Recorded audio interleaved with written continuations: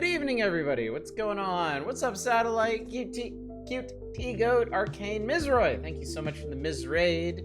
Good evening, Mizroy and Princess Balance. Arcane, thank you for the streak. Peach Girl, thank you for being here. Hi, everybody. Happy Friday. I hope you're doing well. I'm hungry, and I have pizza. You've caught me right in the middle of dinner. I can explain. Okay, so my shift today. What's up, man? What's up, Deep Thought? My shift today was noon to 8, right?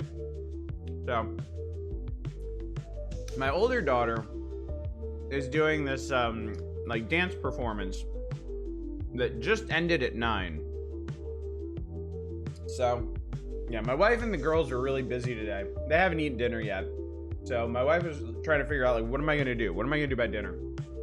And I was like, well, my store, Amazon Fresh, has taken baked pizzas. So I can take the pizza and I can bake it for you. So when you get home, you'll have fresh pizza ready to eat. And as a knock-on effect, I can eat pizza. But of course, I finished my shift at 8. I had to do my grocery shopping and get home. So it just finished cooking like now.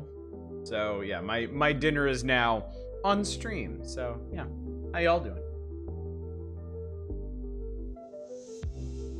We have some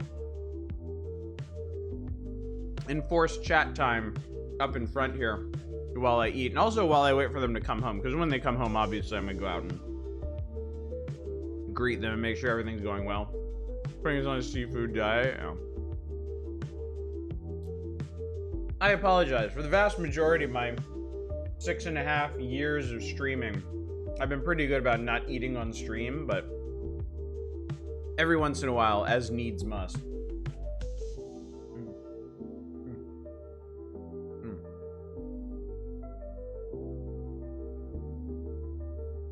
Glad the work week is over. I actually have tomorrow off, which I'm really happy about. I have to work on Sunday, but then I have Monday and Tuesday off, which I think I'm really gonna enjoy. Not the worst thing usually you do on stream. You got the Act 3 in Hellclock. Isn't it crazy? Isn't it wild? So I beat Hellclock. I beat the main game in Hellclock, and I got to take a peek at what the post game is like. It's pretty cool. I think I'm gonna be playing it for a while still.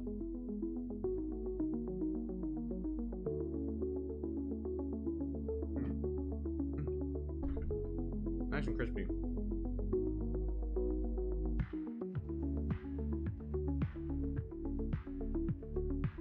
Or pizza too. I was gonna get extra cheese, opted against it. Came home, discovered the interpreted not extra cheese is no. Oh god.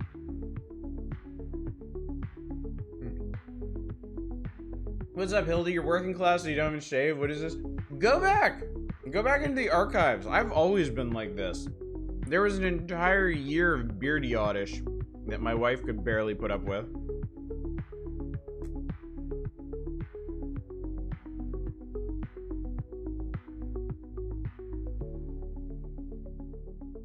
Celebrating the new golden... What the hell is that? Yagu? Wait, the hell is guy in Holocure?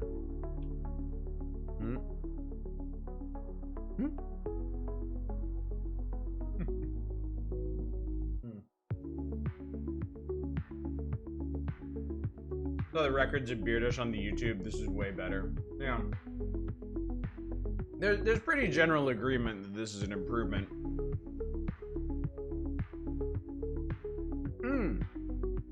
Good evening, Chaos. Good to see you. Can I pose an interesting game-related question I heard earlier today? Absolutely.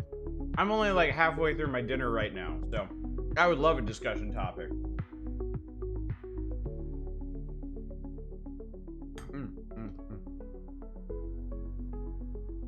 Now he knows persona. Is he transformed from Beardish to Beardish? I was a Hololive CEO. Okay. Oh, that's pretty cool.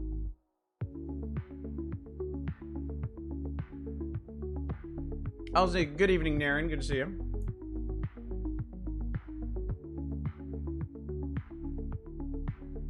I was just personas a ferret. Why a ferret? Why must I be a ferret? Oh, okay. Why do games achieve cult status?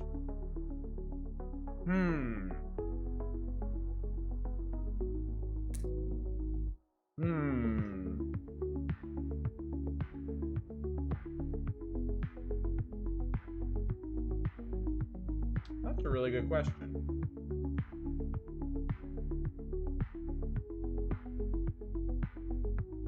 It's more than just nerds loving nostalgia, though.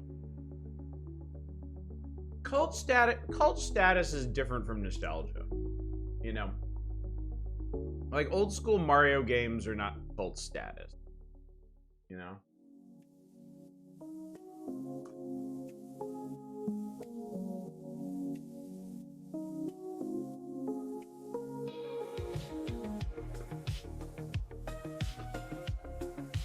They aren't actually good universally, very appealing to a certain demographic that has a strong sway in the market.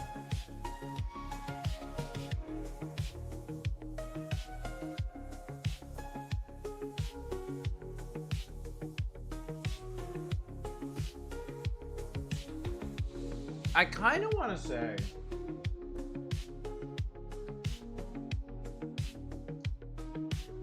can we define what cult status means first?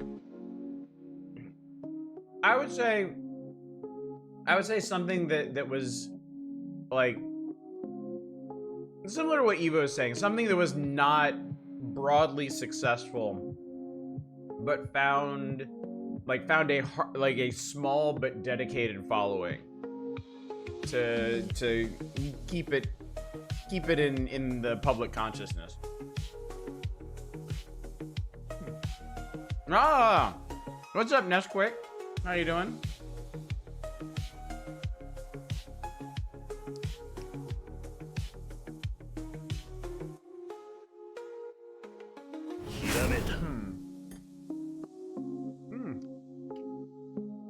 Dimshug, thank you so much for the raid. Sorry, you caught me right in the middle of dinner. I assure you, raiders, I do not eat on stream, but tonight's kind of a special circumstance. What's up, Only Luke? What's up, Vissy? What's up? Is Tolin Nut? I'll go with that. Let me get some. If I could somehow put pizza through the internet, know that I would.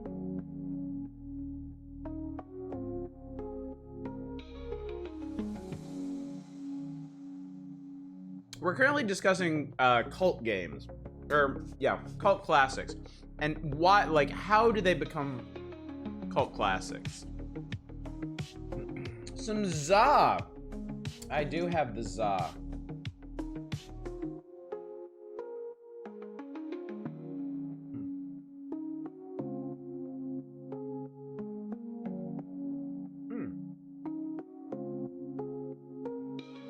Is it still considered a cult following of something that used to be fairly popular that is way past its prime?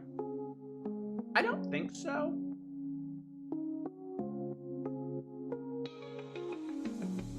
I tend to think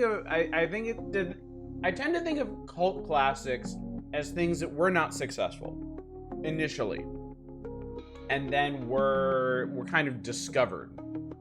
Save? Oh, if only we had save states in real life. I might have done a thing or two differently.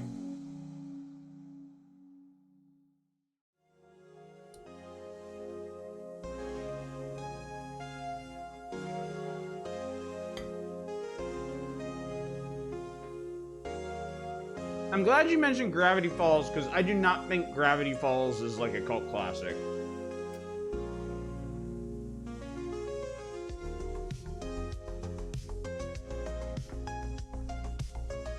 For movies, Clue and Princess Bride performed horribly at the box office, had a second life on VHS. Yeah, that's more along the lines of the thing. I mean, Manic mentioned, well, The Room and Rocky Horror Picture Show. I think those are our two quintessential cult classics.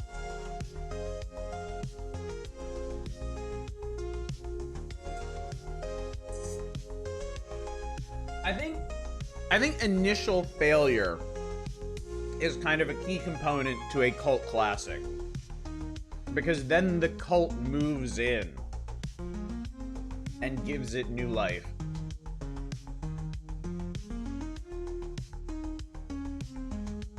Lex?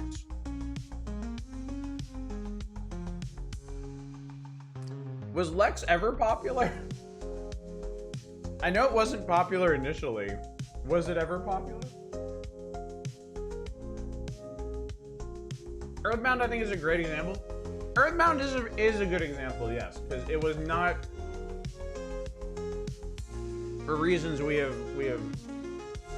toiled over on this channel, it was not successful initially, but certainly found new life past its initial release.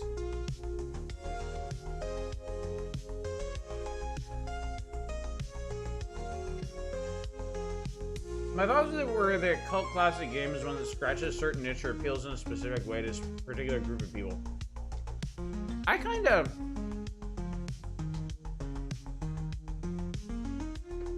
kind of inclined to boil it down even further from there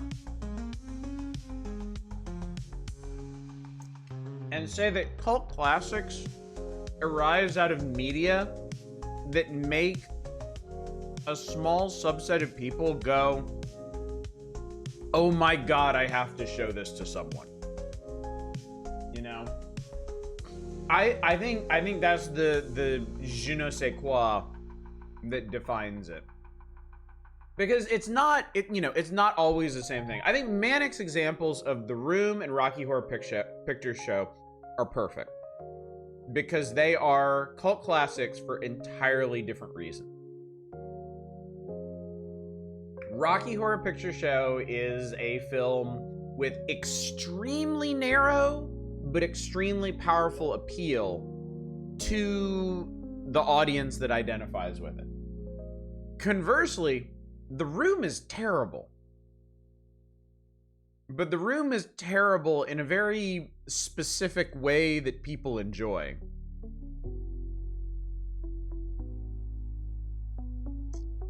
But I feel both of those grew into cult status by finding those narrow audiences and inspiring them to say, oh my god, somebody else has to see this.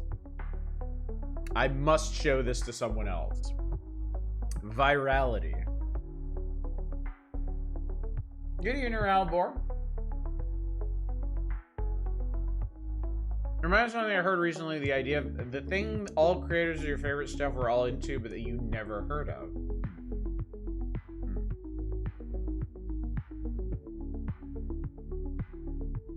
Oh my god, a bot.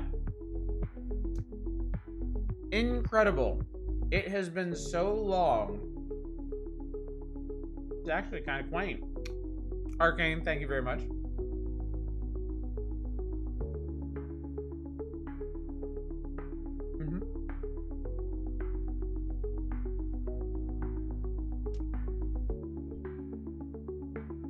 I feel weird applying that to Clear the Princess Bride, which are definitely much more mainstream at this point, though.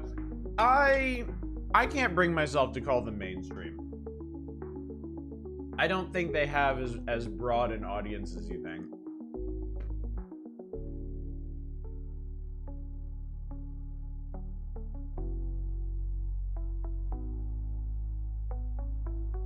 I'm still important enough to spam.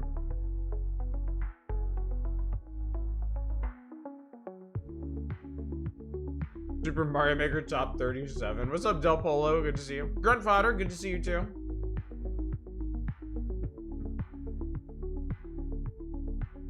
There's nostalgic classics that are beloved for just being part of hyper availability during a generation's formative years.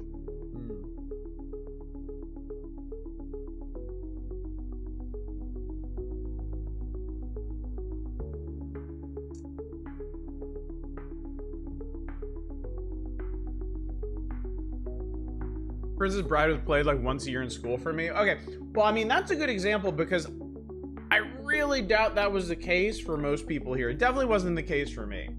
I had to be shown The Princess Bride by somebody who was really into it. And then I was really into it. In games, I think you might be looking at longevity, zeitgeist, and failure to reach this audience on purpose, maybe. Some numberless dread, good to see you. Trash cinema is a beloved genre in itself for a reason. The production value may not be there, and the films may be shoddy, but they're nonetheless fun to watch. They have heart. I guess another thing I'm getting at is there's not... Outside of like the virality of the experience, I don't think there's anything in particular that they all have in common. I think it is an element of uniqueness that makes cult classics cult classics. So a Never-Ending Story instead of Princess Bride. You've never seen Never-Ending Story? That's funny. Have you seen the game The Alters? Yes, I have. I don't know much about it, but I am at least passingly aware of it.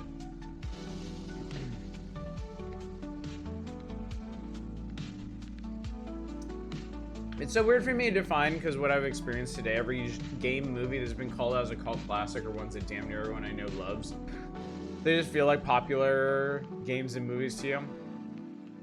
Yeah, okay, so this is super important, and it's a kind of confirmation bias we get on this channel. It's what I've talked about before, where I'll go to stream something like System Shock 2 or Half-Life or like original Fallout, and in the back of my head I'm like, oh, everybody's played this, everybody knows this, what's the point in me streaming it? And yet there is always a significant contingent of chat who hasn't seen it, because I have that confirmation bias, because when I played those games, when I learned about those games, everyone in my immediate orbit played them.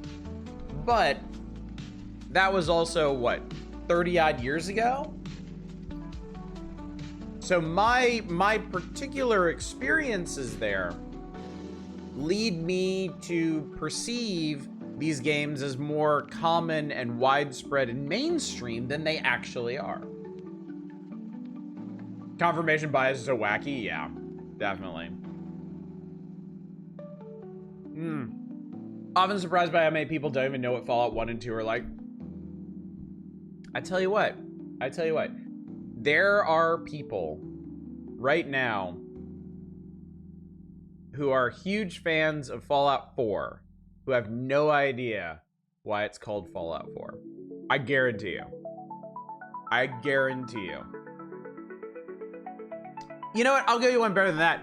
I bet there are people out there who are addicted to Fallout 76 who straight up are unaware that there are other Fallout games.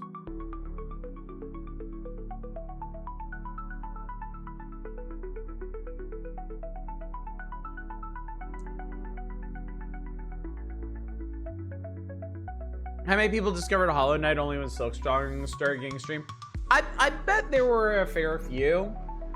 Though I would never in a million years call Hollow Knight a cult classic, because it was a huge smash hit out the get-go, out the door. I know that's not what you're saying. I feel the need to add that. No, yeah, Justin Brett, there you go. They made a game out of that Fallout show. Yeah. Yep, perfect example. Perfect example. Number of people I've met that are obsessed with WoW but have never heard of Warcraft 1 and 2 boggles my mind. Oh yeah. Oh yeah. That doesn't surprise me in the least. I mean, you would have to go way, way, way the hell out of your way to even find Fallout 1 or Fallout. Ha ha ha. Well, you would actually. To play Warcraft 1 or 2 now. I know they put out that benighted remake of Warcraft 3. But again, like, the average World of Warcraft enjoyer in this day and age is not gonna have any idea that those games even existed. GTA 1 is still the only one in the series I've completed. Sucks. Yeah, GTA 1 ain't great. I have completed. I have a little slice right in the middle, or I guess early at this point. But it doesn't include GTA 2. I have beaten GTA 2 and GTA 3 and Vice City. San Andreas was actually so big I couldn't finish it. That one wore me out. You finished Vice City, yeah. Been long enough that there are people who were babies when Hollow Knight came out. That's true. That is true. I read Dragonlance when I was younger. I'd never played D&D. There's kids out there who don't know Mario can jump without a carpet. San Andreas, your favorite of that era? I mean, it's the biggest and it's definitely the most refined. It's genuinely kind of hard to go back to like 3 after playing San Andreas. But it is massive.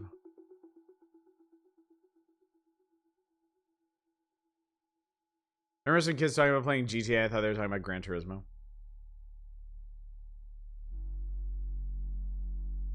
Okay, folks, hang on for a second. Hang out, enjoy the vibes, keep the conversation going. I hear my family out there, so I'm gonna go say hey to them, okay? I'll be right back.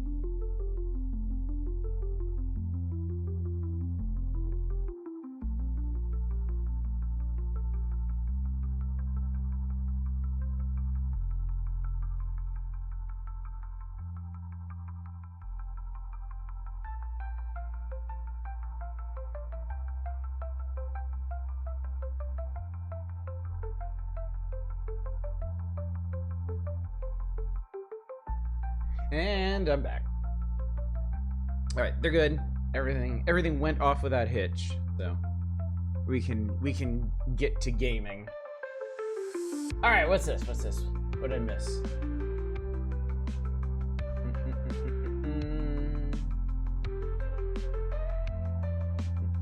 I remember when XCOM was a cult classic. The new games breathe a lot of life into them. They did, actually. They did. Could have been XCOM.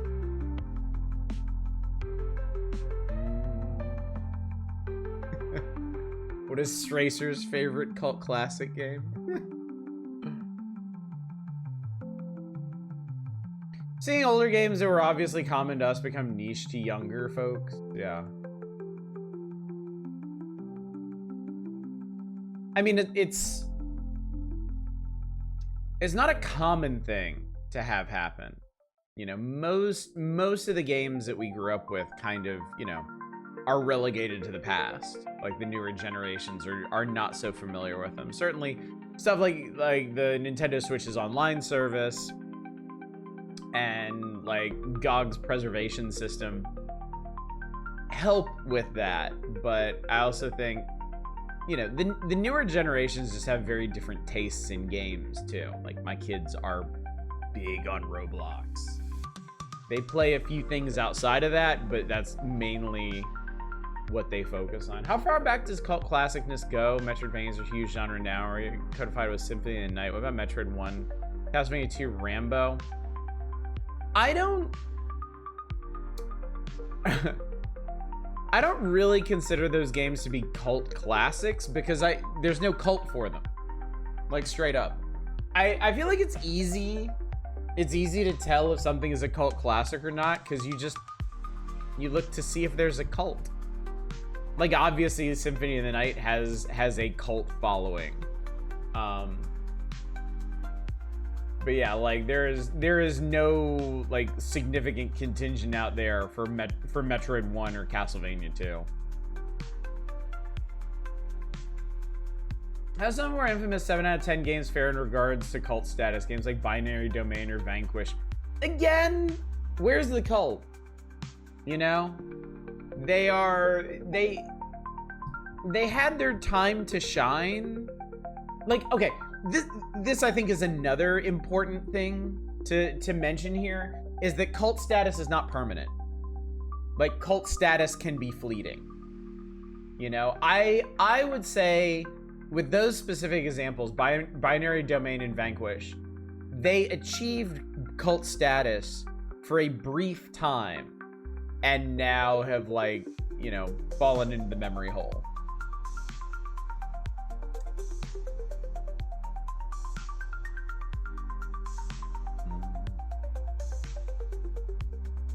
Metroid Vanabos.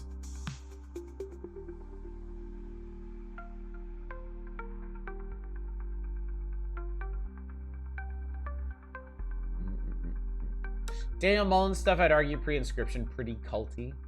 I can see that.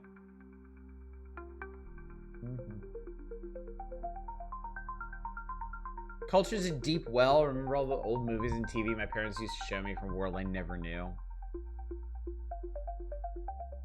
Have you ever seen Rent? I'd say that's another cult classic. I've seen like the in a theater, like live. I've seen Rent performed.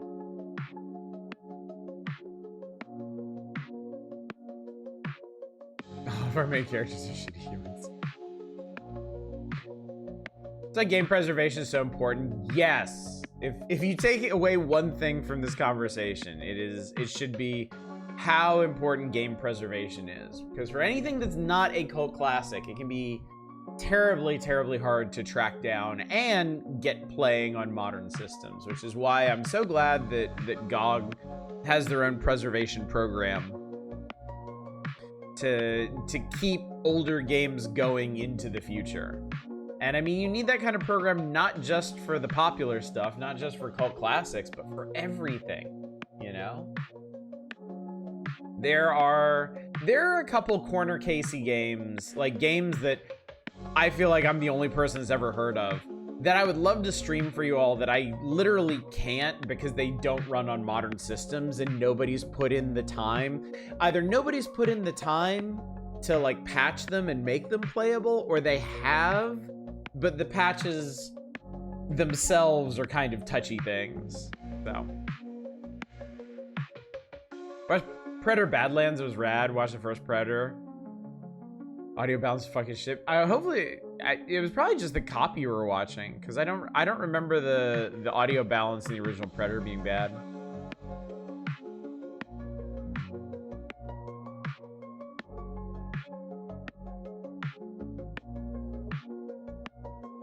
Saw Rocky Horror for the first time in high school. Wasn't sure what to think of it. Saw it again later after college and have a wildly different appreciation of it now. I saw Rocky Horror on, I think, AMC during Halloween.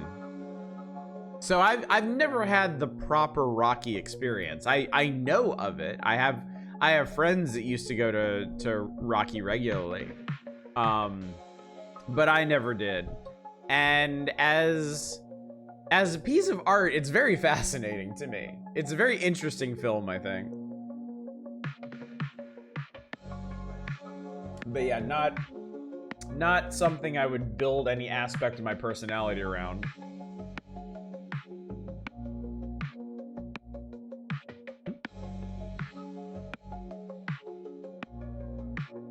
Was Rent really big? Rent was huge, yeah. Yeah. When it first came out, Total Annihilation was really well received, reviewed by critics, but disappeared really quickly in popularity because Brood War came out shortly after. Oh, yeah, I remember Total Annihilation was popular with some of my friends. Yeah. Called DOS. Oh my god. DOSBox is not the silver bullet for game preservation. I am sorry to say.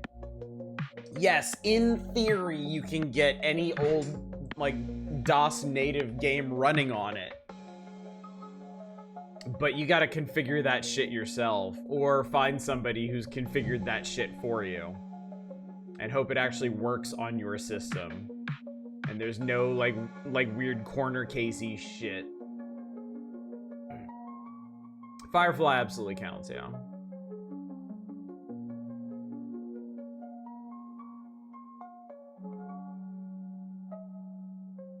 I learned of Firefly from a girlfriend in college who was super into like Joss Whedon stuff.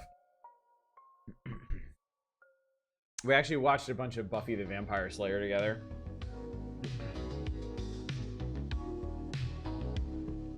There's a sequel to Rocky Horror? I didn't even know that. Like Highlander, Rocky Horror has no sequel. Oh my god, the Highlander sequels. Oh my sweet Jesus. I have seen Highlander 2. What a fucked up movie that is. Martian Gothic would count if the game was fucking garbage. Remember watching Rocky in my early 20s and not liking it? Oh, you hate music? Yeah, you hate. If you hate musicals, you hate musicals. That's that.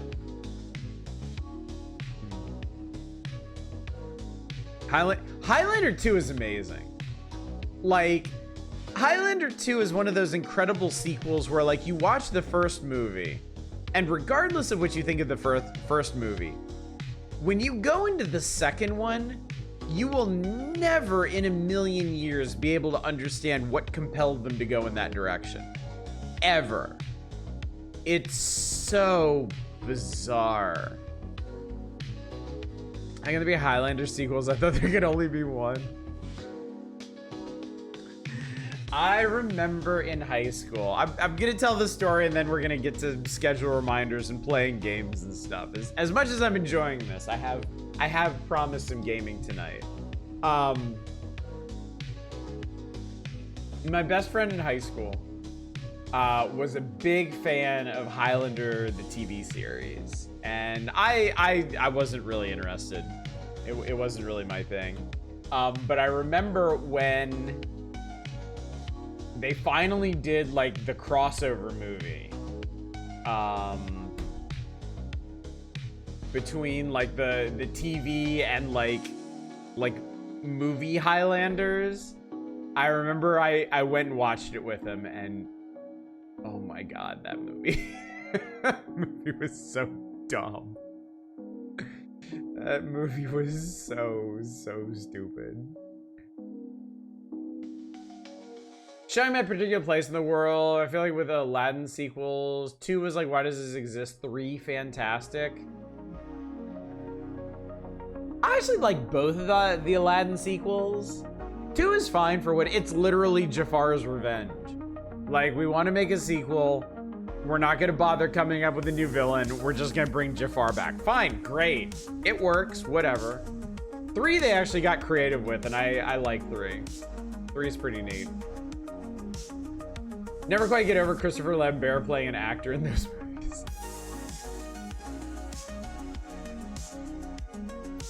Christopher Lambert being shoved in nothing but action movies and is actually a comedy actor was so weird.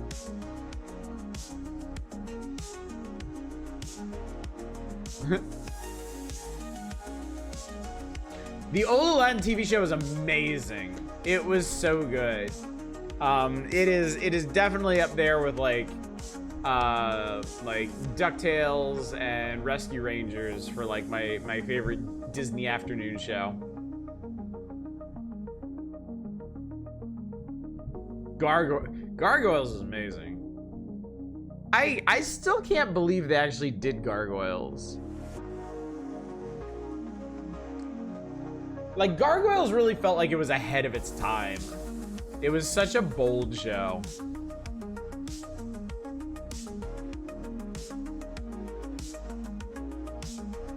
Weirdly, Aladdin 2 and 3 are pretty high quality sequels. Pretty much everything after was not great.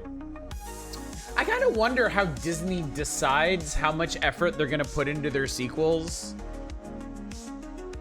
Like, even I haven't watched a lot of like Disney sequels, but I've watched YouTube explainers on Disney sequels, and it seems like their direct to video, direct to DVD stuff is just like all over the place.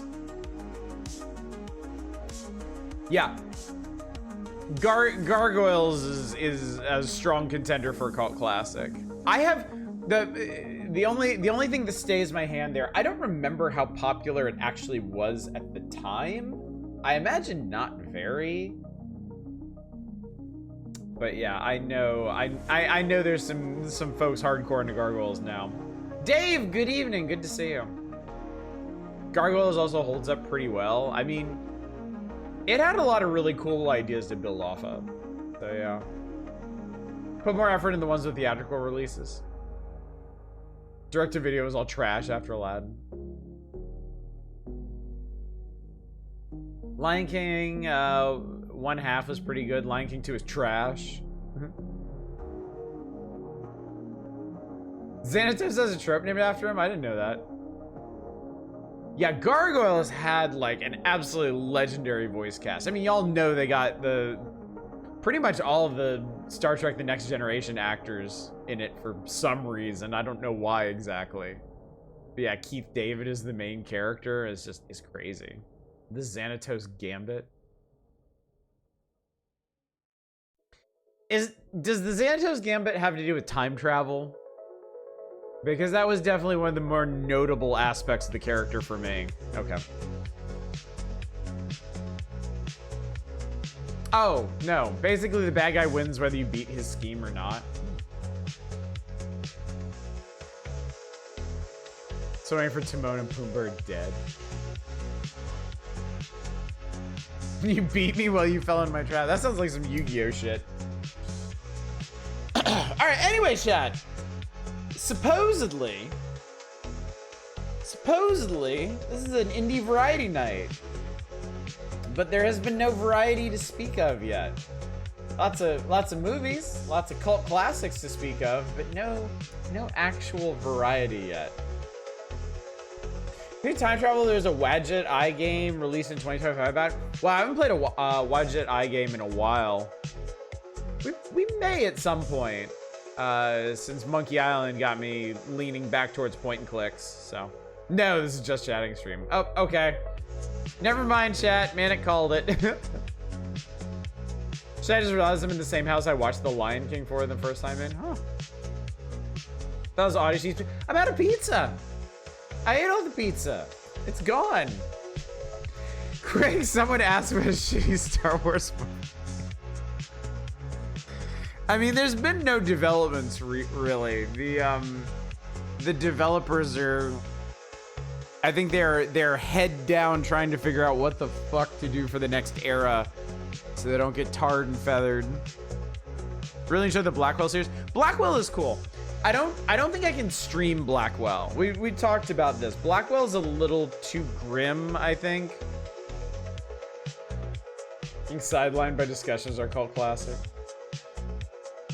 I did grab River City Ransom. So this list here represents a number of games that I really wanted to pick up for a while, and then almost as many games that people post about in Discord for one reason or another, and I was like, oh, I should pick that up.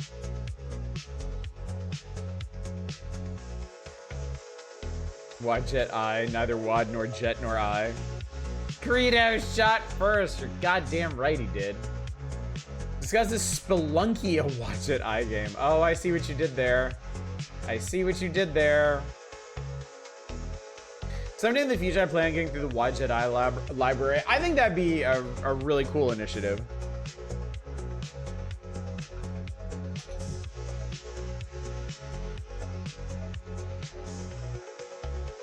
Streamed a game that is a real person shoot himself on the stream. I think I'll be okay. Yeah, I am aware of, acutely aware of my community's overarching inclinations when it comes to content. So I have a pretty solid idea of where to draw the line. And unfortunately, I think Blackwell is just an inch or two over it. Plot twist, the backside of the banner to He Is Coming is She. Thanks for entertaining my random questions. Been bugging me. Oh, I mean, I love discussing stuff like this on this channel. You know? Ostensibly, games and the playing thereof are why we're here, but some nights I feel like we get more mileage out of the actual discussion surrounding them, because we have really good discussions, you know? Y'all are insightful people. Y'all bring some very interesting perspectives to the discussion. It's always a pleasure to explore these topics with y'all. Not for broadcast, warning. Well, frankly, it's right there in the title. So.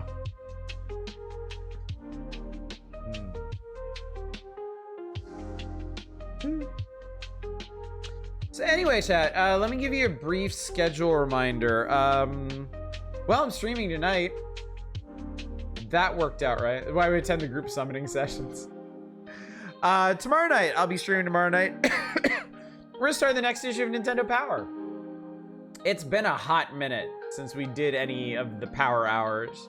Has it been like a full month at this point? It might have been.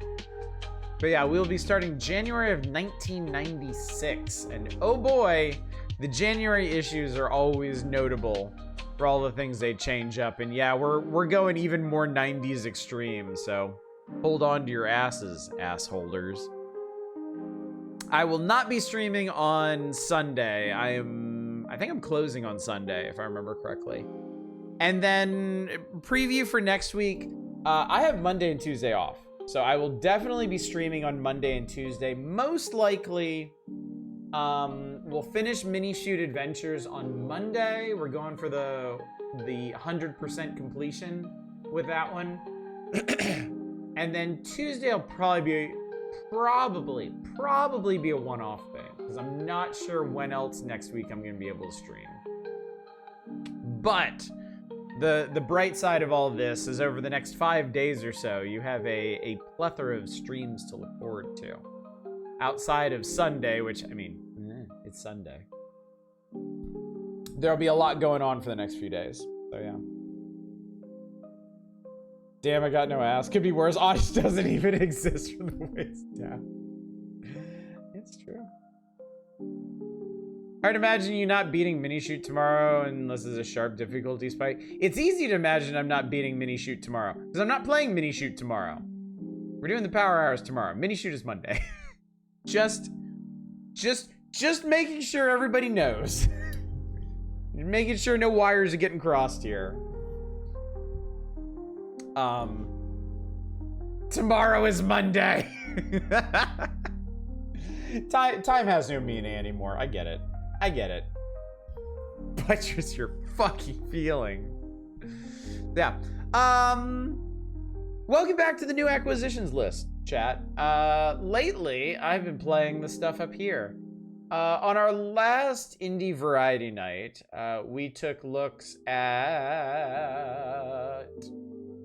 Mini Shoot Adventures, which we ended up doing a full playthrough, which will conclude on Monday. Beyond Shadowgate, Megacopter,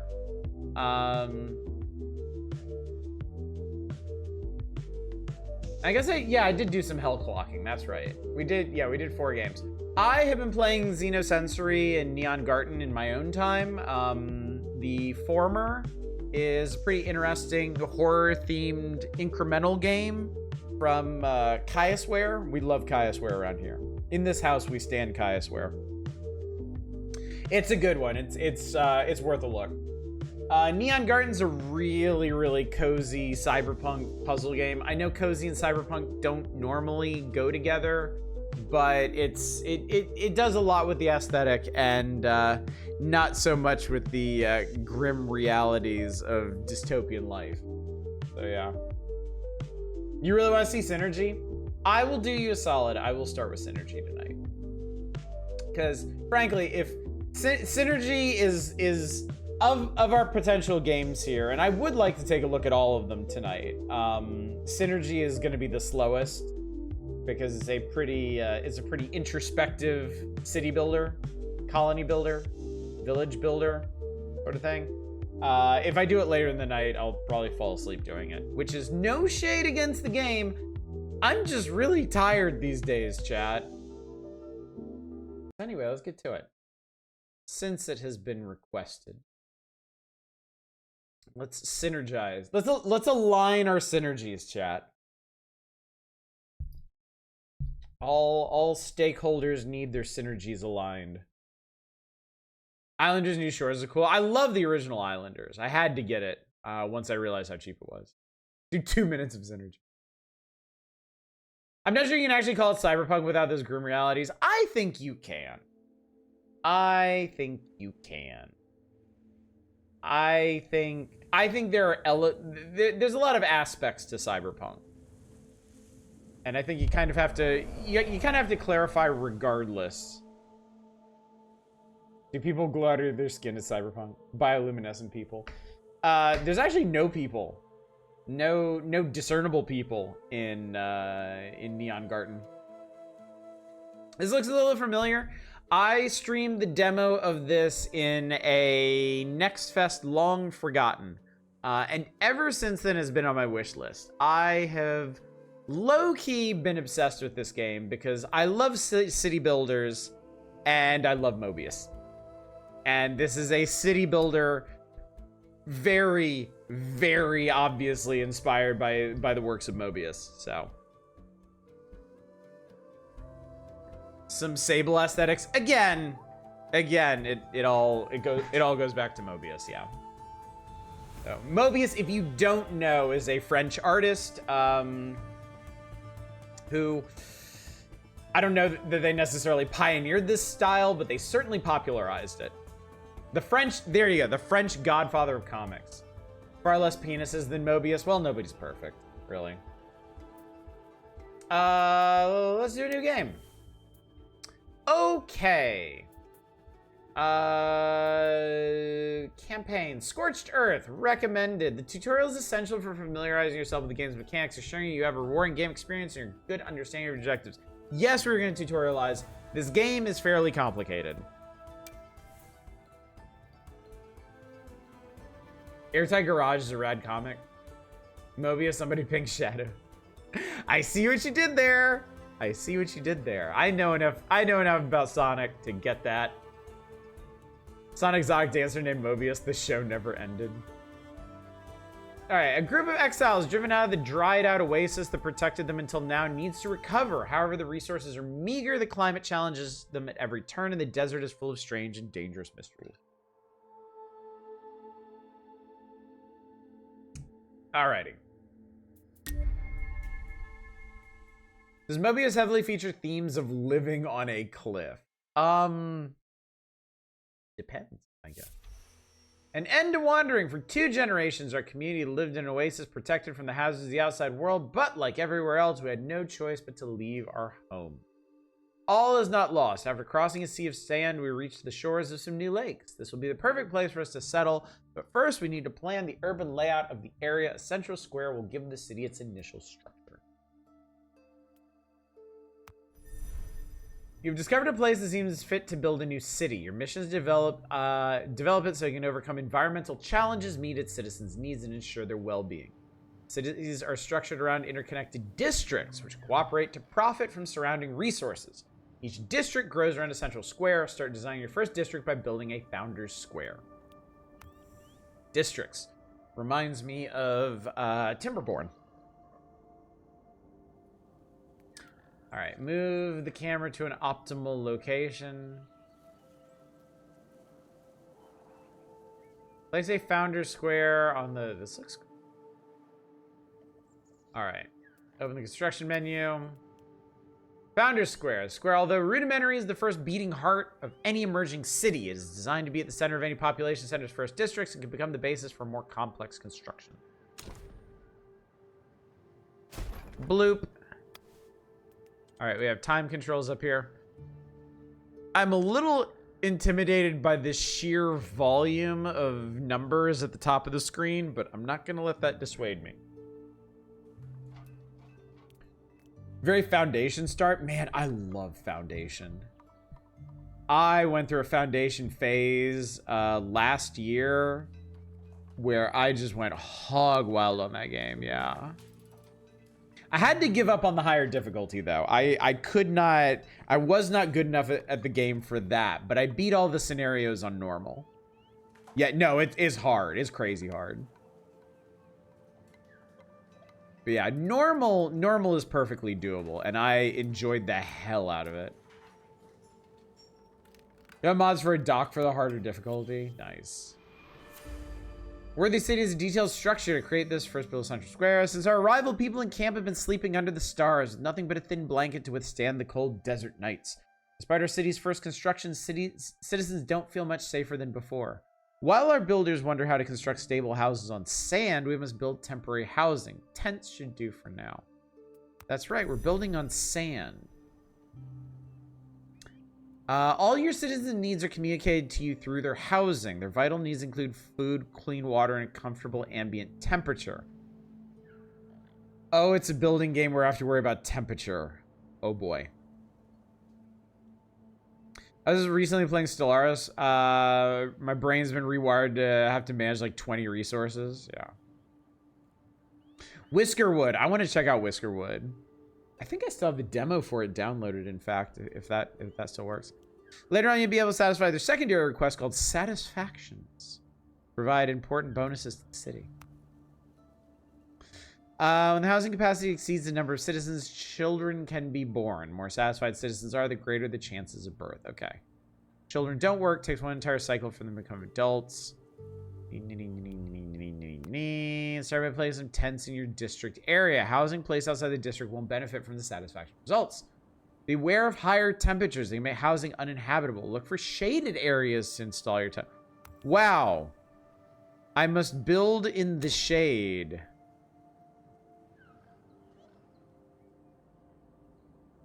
How interesting. So that's outside the district. Okay, so like in these areas. Okay. We need 6 tents.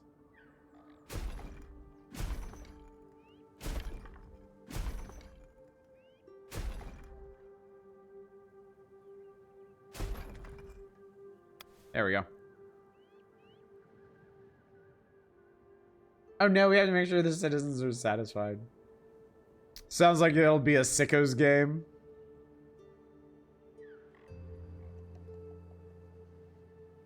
I didn't build in the middle of an open field, you dick. It's between these 2 trees. Look, it's a sunshade tree.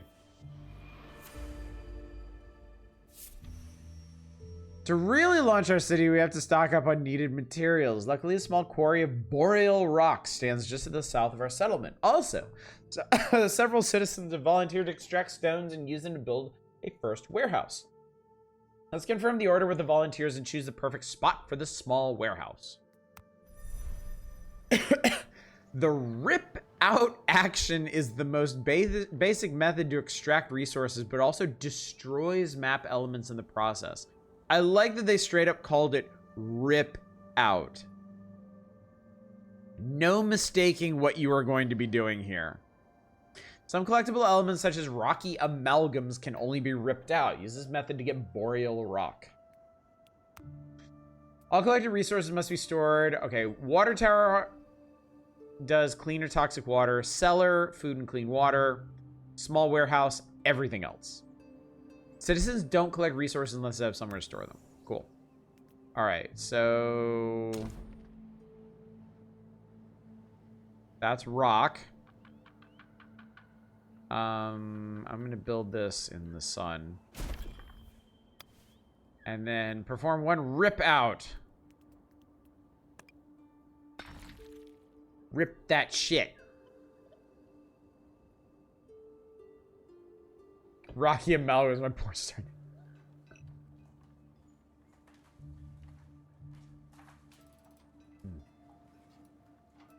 Rip and tear. Until we have rocks. How far can you zoom in? You can zoom in that far. And you can zoom out that far. It is done.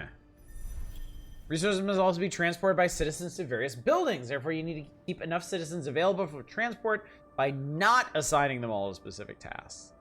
Paths and clay roads allow citizens to move faster. Paths are free, so don't hesitate to build as many as necessary. Citizens assigned to the carrier tower are exclusively dedicated to transport. They won't be called on for other tasks and carry up to 50 resources versus 20 for others. Citizens follow your direct orders first and then the tasks they deem important. You can, however, prioritize buildings and other elements, forcing associated tasks to take precedence over any others. All right, place path.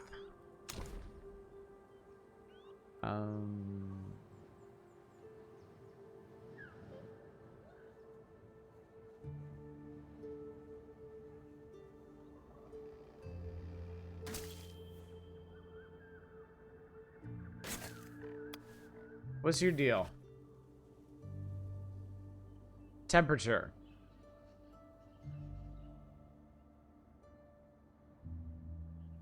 Citizens have a chance of being struck by heat exhaustion if they eat in a house sitting at 60 degrees or higher. Once 80 degrees is reached, the house becomes unlivable. Interesting. All right, we need more boreal rock. So we're going to rip some more shit. Let's rip all of that. I'm kind of nervous about starting Frostpunk because it seems like being a tyrant is the only way to win. Frostpunk is pretty challenging. Frostpunk, I do want to play Frostpunk someday, but it seems like a very stressful game. And lately, I just haven't been in the mood for something like that.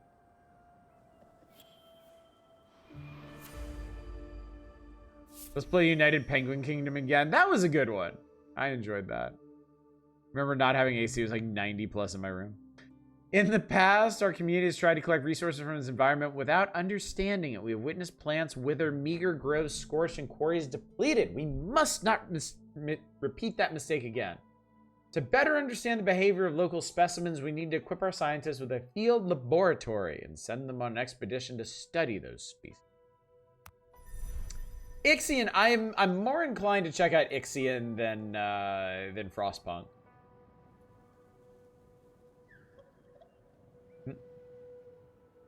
Me, your citizens need to develop your city. You require resources even if you have no idea where to find any. Therefore, the first thing to do is analyze your environment. Do so, build a field laboratory.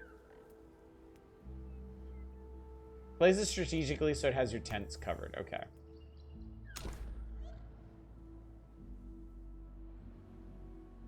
I mean, it'd be kind of hard not to at this point.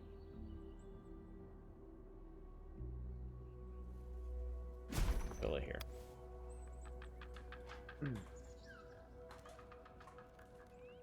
So manage to get yourself into a failure spiral.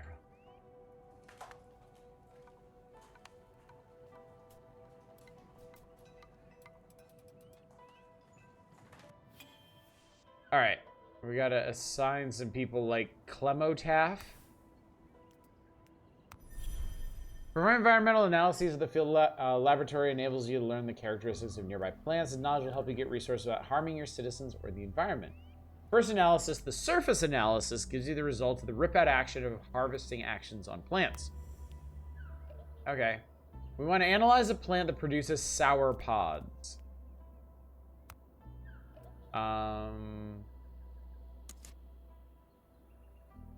Well.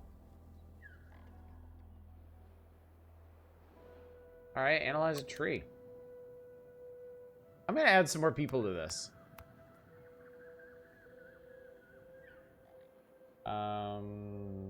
Analyze that. And this, and that. And maybe one of these. All right. We're queued up. All right, analysis. The observation tower is one can spot here and there in the desert from sunshade tree wood, used to ensure the safety of villages long ago. They're now no more than spice-scented ruin.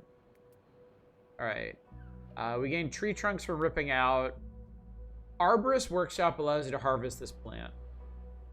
Gain branches. Okay. So if we continue to research these, we'll learn their behaviors and impacts and also their needs. Spice Scented Ruins is the name of your rock album.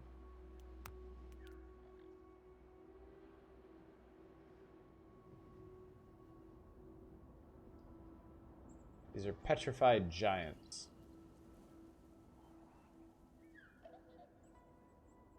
This is a diluvian bush. That's a water hole. These are tech ruins. We got here. Fruit encased in a pod whose skin is harder than that of ordinary berries produces a juice so sour it has been known to make children cry.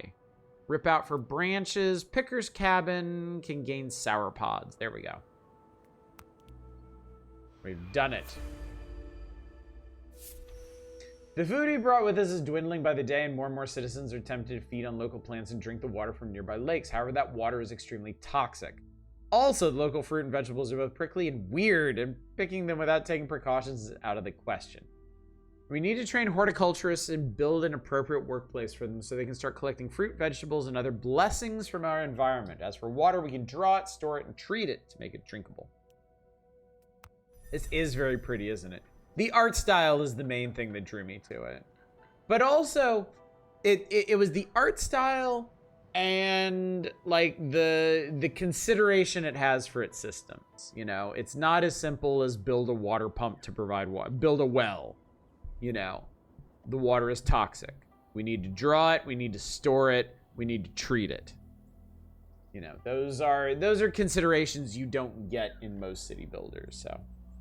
Mostly I got in a bundle already. It was in a Humble bundle a couple months ago. I seriously considered picking that one up, but I wasn't super interested in the other games in the bundle, and I had just gotten the Humble bundle the month before.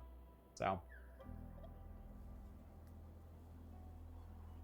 Yeah, like building in the shade, yeah. Survivor citizens need to eat regularly to do so they need food. When they eat at home, they consume the resources directly from a nearby storage. But housing must be placed within range of a storage such as a cellar. All right. We'll put you here. My idea is to kind of have like a little crossroads here.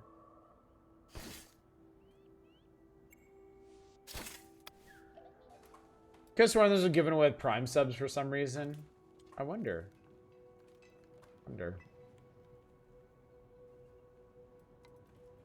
Yeah, I mean, that's a really cool looking building.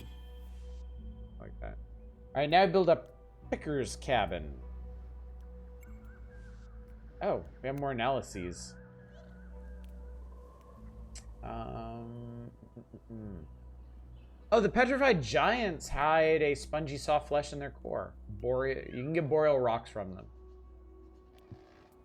Oh, the Picker's cabin can harvest rocks from those. Cinder Sprout is something of an unsung hero. For every farmer takes care to keep it well away from the crops. It helps build many a house. Bark. Seed scattering and seeding injure citizens. Now that's interesting. Select the cellar. Maybe the cellar requires 100 sauropods. There we go. The food you must harvest. Harvest actions achieved from buildings such as the picker's cabin allow you to harvest plants without destroying them. This way plants can regrow and be harvested again, making it a durable method. I like that. I like that. I am a big fan of renewable resources in my city builders. I always get nervous in games when they require me to like chop down trees, because I'm like, well, what if I need these later? What if I'm chopping down the wrong ones?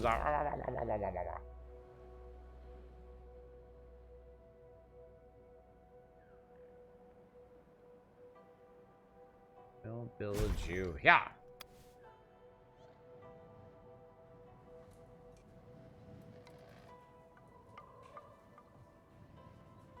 We're in the temperate season right now. Whiskerwood stresses me out because you can't plant trees right now. Ooh. Here. Picking.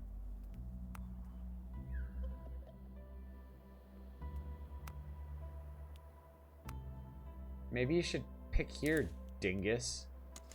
Oh, no.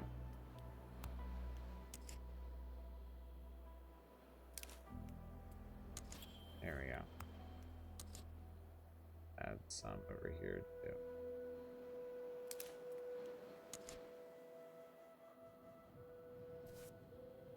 Alright. So there they go.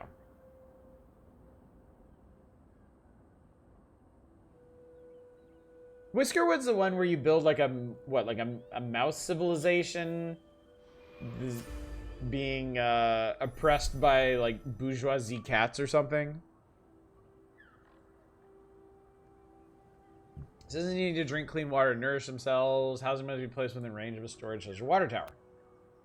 The pontoon is a building that allows you to get clean water in small quantities or toxic water in larger quantities. Unlike other resources, water doesn't need to be carried manually. Being connected, water towers share a common inventory. Oh, that's cool. Alright. Build a pontoon. Alright. Kind of outside the district here, but I guess it's not the end of the world.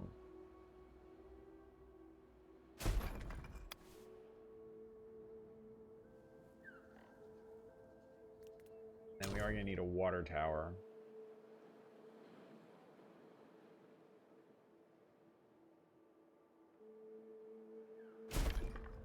Yeah.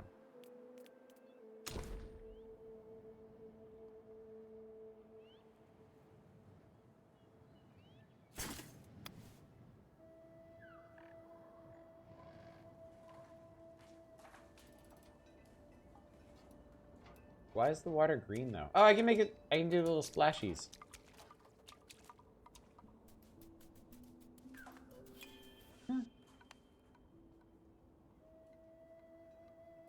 I love the design of the water tower. I love that it looks like a pitcher plant.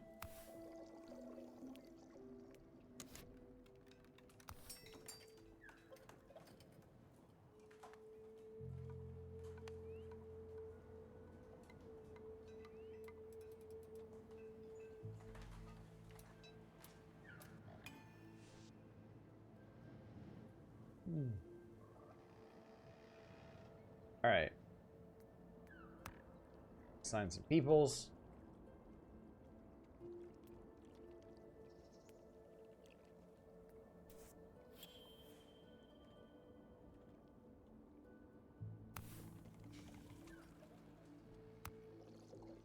Oh, I'm really dumb. I didn't build it within range of the water tower. That's really funny. I can move it though.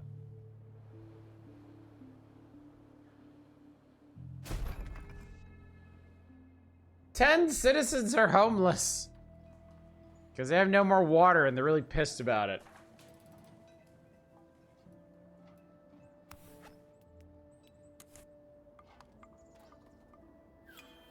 There we go.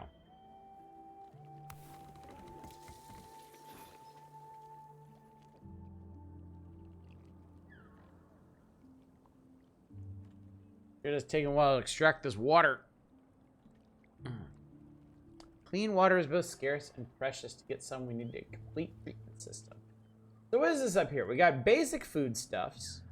Basic foodstuff provides a citizen that consumes it with +4 satiety. Citizens lose 1 satiety per day.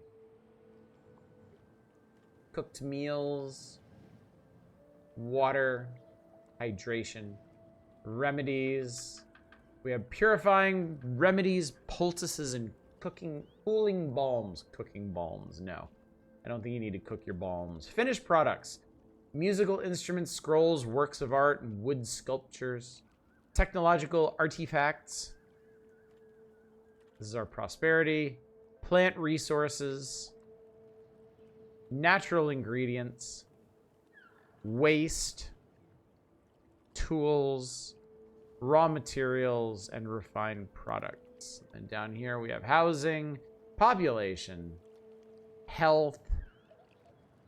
Citizens can suffer from wounds, intoxication, weakness, heat exhaustion, atrophy, exsanguination, poisoning, heat stroke.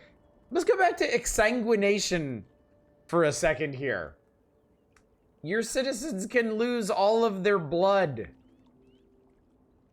How does that happen? We got work, well-being, social needs, culture needs, knowledge needs. It's such a fancy way to say vampires are bleeding to death. I mean, honestly, in this game, I would suspect that it means there's some kind of plant or animal life that sucks blood from people. Innovations, our past is cursed with instability. According to the elders, too often we have barely avoided extinction. We have never had the occasion to settle and expand our knowledge. Others insist that we once used to have libraries full of wisdom, which sadly failed to survive the environment's hazards. The result is the same regardless. Everything remains to be done. To transform our resources and erect new types of buildings, we will have to construct a research building with all the necessary equipment. Then we'll be able to study the projects our citizens care about the most. Okay. The dry season is a recurrent challenge for your city. Consult the weather forecast tool to anticipate and adapt your infrastructure accordingly. Excuse me.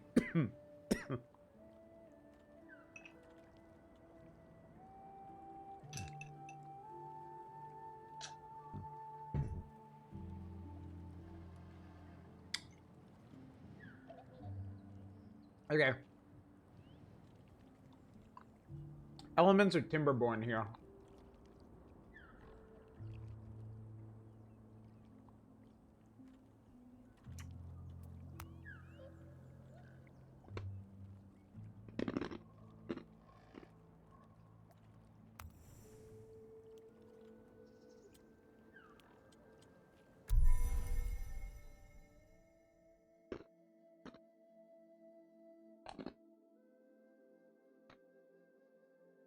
Okay, each research requires an investment in resources. You can only unlock a new research if it is connected to another you have already completed.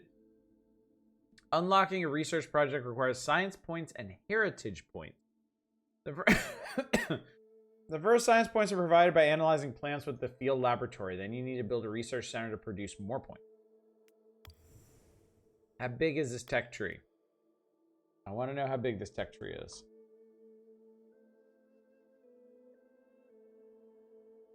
Oh, it's not entirely filled in yet anyway, because it's the tutorial. Alright, so I guess start here.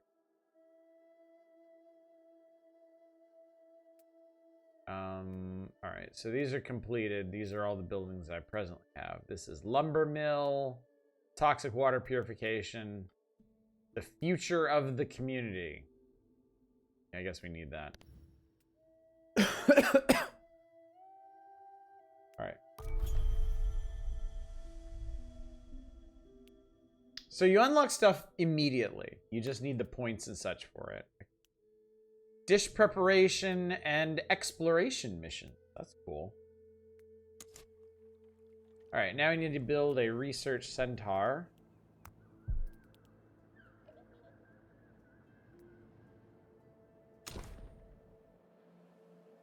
I guess it just has to be in the district.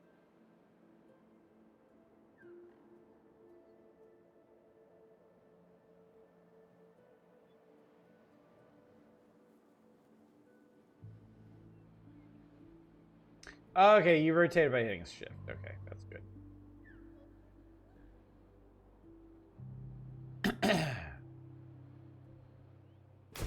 Put it there.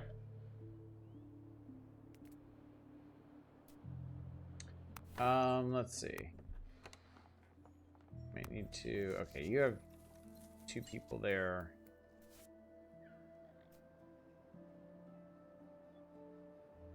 Okay, we have some homeless peoples. We should fix that.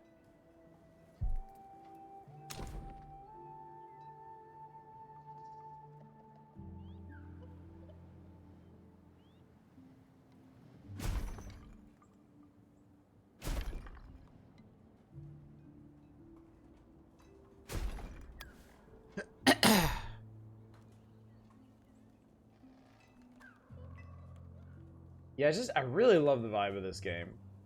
I love the way it looks. As well animated, too.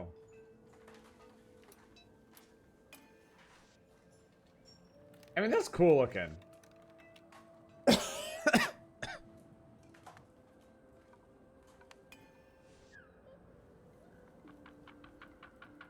Oh, no nearby storage building. Oh, because the cellar's too far away. I mean, I could move it.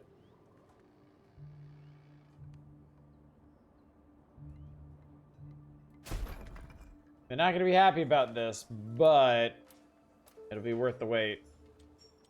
How much can I... Oh, I can +4 this. Okay. Cool. Big brain building, yeah. Nice pace, too, as far as city builders go.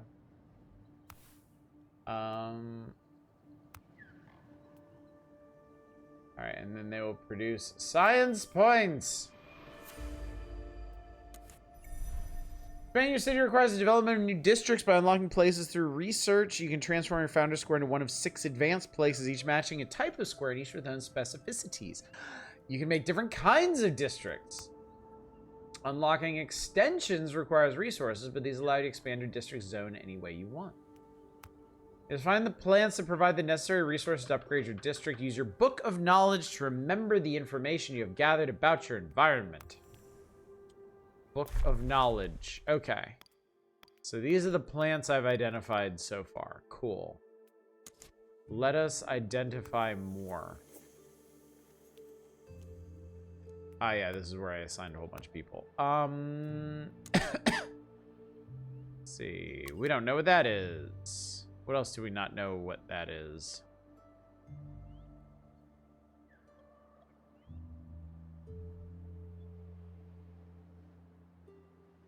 I need another rustic tent for some reason. I need to unlock tables and green spaces. Okay. Papa, my Westby live in the stanky district.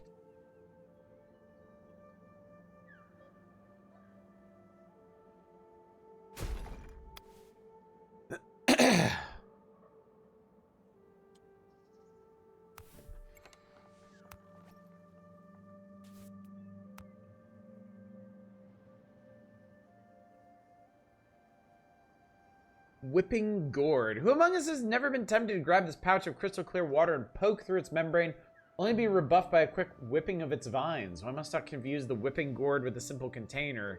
It is far more so a guardian. You rip it out for clean water. You can harvest it for lianas, but it wounds the picker. Interesting.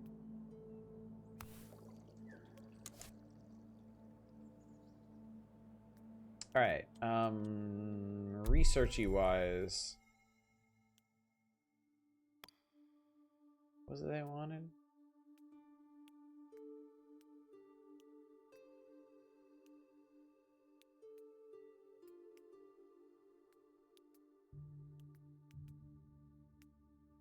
How then do I...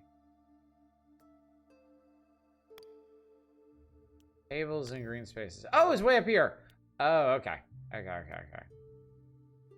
Master of discipline, be it farmers or artisans, get far better results when they pool the resources. A plan for new districts will answer the needs of 2 professional areas. Okay. It is done. We want to upgrade into a display square.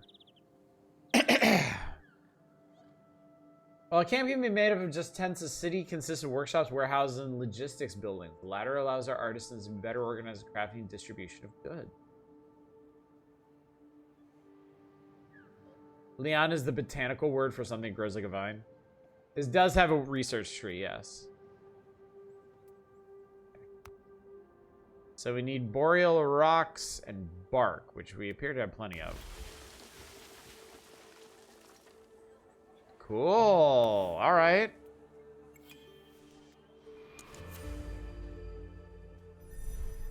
To obtain certain resources, a refining stage might be necessary. For example, tools crafted in the forge or dishes prepared in the kitchen.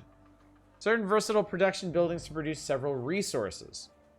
Production modules allow you to select the resource produced and the way to produce by choosing the recipe to use. Allows you to adopt the resources available in your environment. You'll find plans to provide the necessary resources to produce simple dishes. Consult available recipes in the kitchen. Choose one depending on the resources available in your environment. That's cool. I like that you can make it. It's similar to the RimWorld approach to creating meals. Your ingredients can vary, but they make a generalized resource.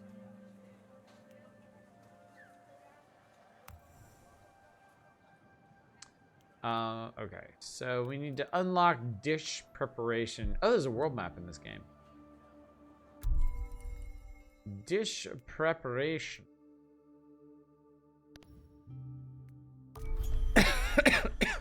And I noticed that these also have little add-ons to them. You can unlock more nutritious dishes by researching better knives and cooking times. All right, we build it. Kitchen, cistern, shelf. Wow.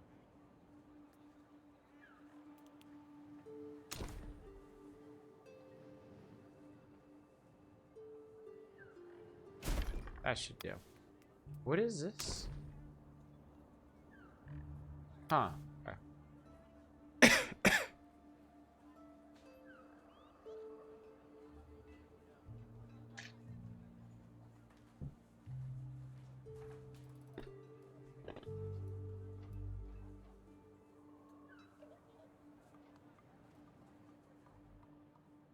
Game has a good interface too.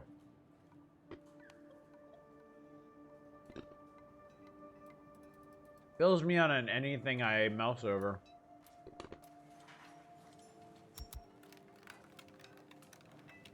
Speed this up. There we go. All right.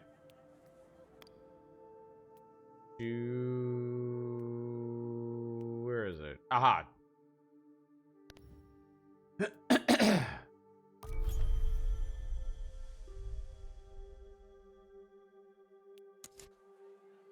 All right, and now we need 10 simple dishes. All right, well, let's add some people. Select a recipe. Choose a recipe. Rough porridge. We need seeds. And we need water. I guess let's try that. Where do I get seeds?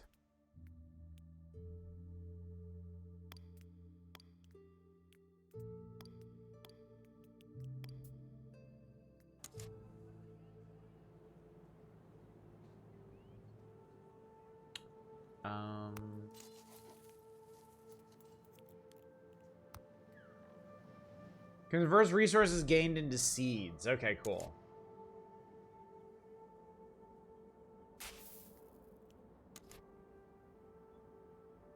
What's up, Austin?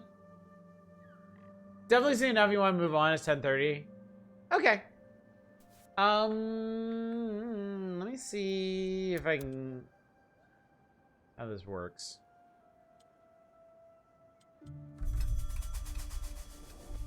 Beginning of a new cycle. 2 new children.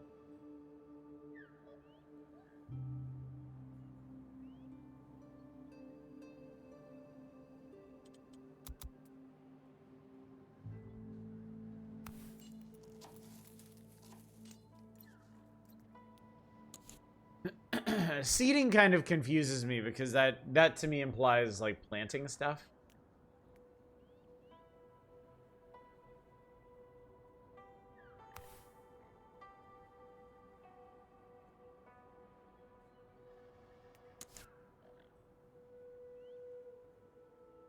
Oh, okay. I think things are happening.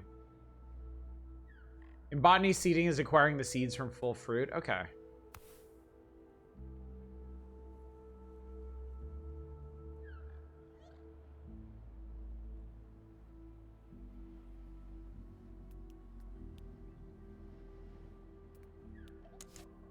Is this... oh, there's no... somehow... okay, yeah, they're outside the water distribution. Alright, well, I'll just build another one over there. You do usually have to pick the fruit early. It's often not edible. Okay. I just want to see this work. Okay, yes. Displays district has reached the 1 tier. You could just call it first tier. It's fine.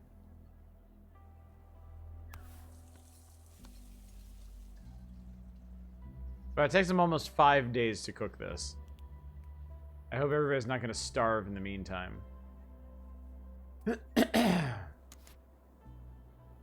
Notice these plants changing a bit. Theoretical info.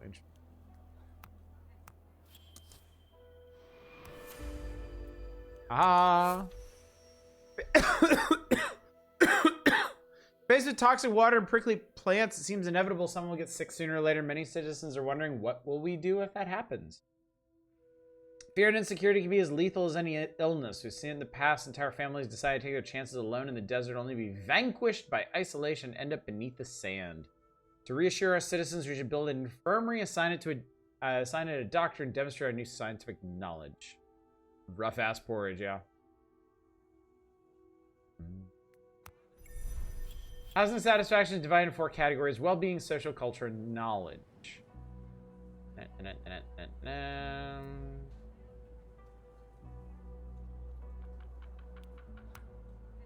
Two structures providing the same satisfaction bonus don't stack.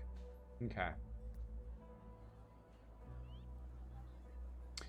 Different structures can share a common satisfaction bonus. For example, canteens and tea bars both apply the sociability spot bonus. Canals and fountains both apply water holes. Satisfaction heat maps. Okay, cool. Okay. Well, I tell you what. We'll go ahead and leave this one here. Now that we've had another little look at it, I'm going to save so I can pick up here.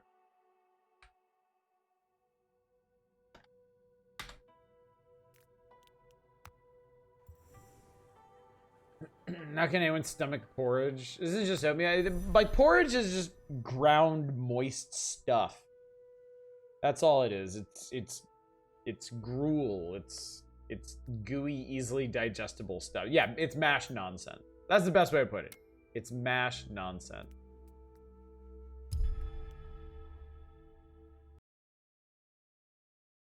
It seems like you can get by without even giving it a creating like discrete save files. So, all right, next up, I really want to take a look at Gestalt, Steam, and Cinder. I'm gonna switch over to something a little more actiony, called Poor Age, not Rich Age for a reason. Oatmeal is a type of porridge, but all porridge is oatmeal. As played on controller.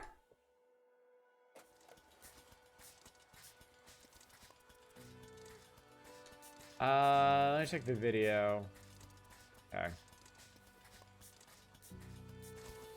All right. Tried overnight oats recently and decided I don't like cold oatmeal. Kind of like potato salad. Tastes fine, but I don't like cold potatoes. All right. Without warning, the heavens split and our world was sundered. Oh, I have to advance this.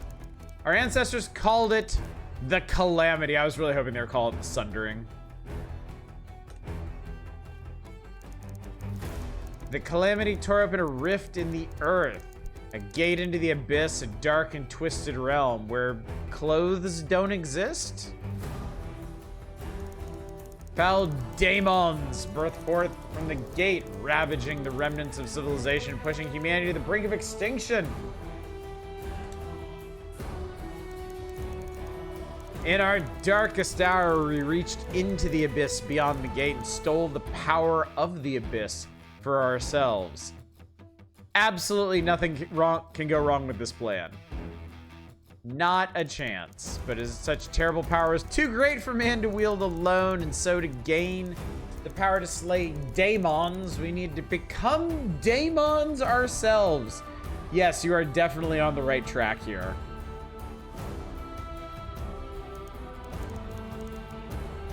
Wreathed in steam and bound by steel, we harness the power of the abyss into mighty armors.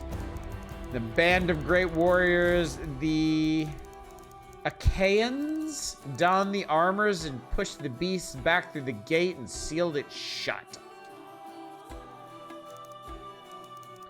But wielding the power of the abyss came with a terrible cost.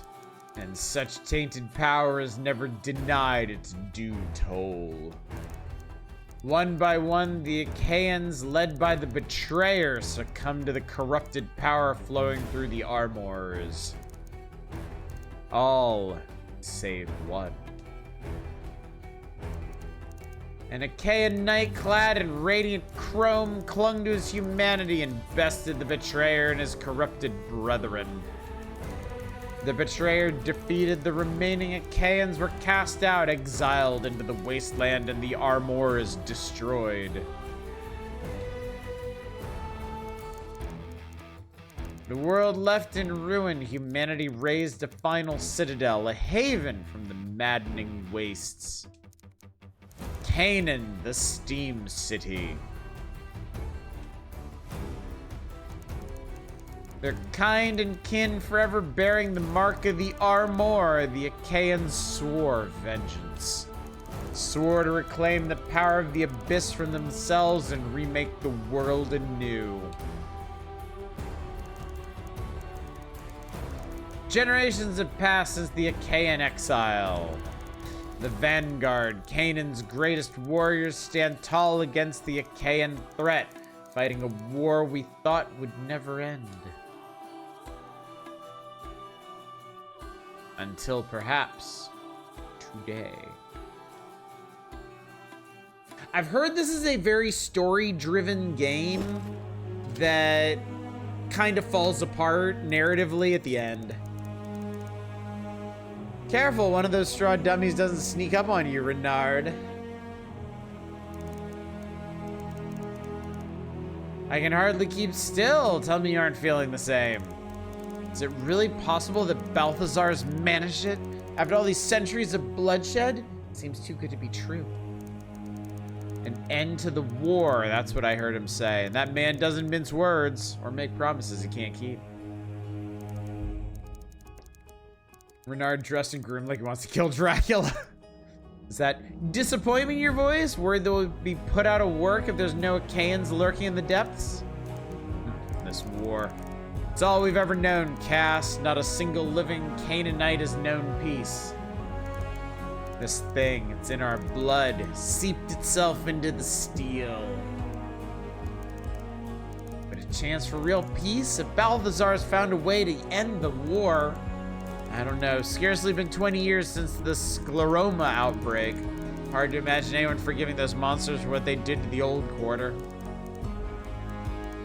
Least of all, Red. What on earth do you think she'd say about all this? That girl. Hell, she's held a grudge against the Comitium for near on 20 years for abandoning the old quarter. Imagine she'll be real sour about the idea of breaking bread with the ones who caused the scleroma outbreak in the first place. The white part in our eyeball bag? It'd be a pretty creative disease if it like turned people into like that white goo. Best damn blade in the Steam City and still refuses to join us in the Vanguard. Well, next to me, of course. Sure could use her at a time like this. Cinder only knows what kind of havoc she's raising right now. Vaults of Portunus. How portunitous. It's you.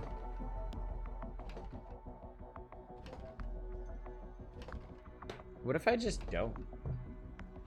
This is Gestalt, Steam and Cinder.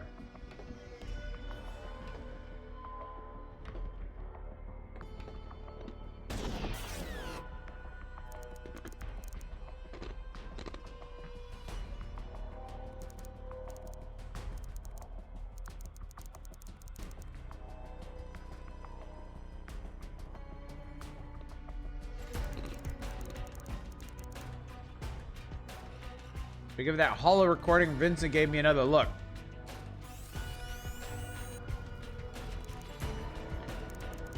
Hello, Alethea. Alethea? I do have this contraption working. The job is simple. Locate and retrieve Simon, the latest of Ada's plucky assistants. No doubt you've seen him clambering over the stacks at literati. Fool boy somehow snuck into the vault, searching for some artifact he's convinced is hidden in the lowest levels. Something very old and very valuable. Assuming the little deception I arranged works according to plan, the clockwork will have delivered you right into the belly of the vaults. Not, well, do what you do best. Like Carmen Sandiego color swapped her hair and outfit. And Althea?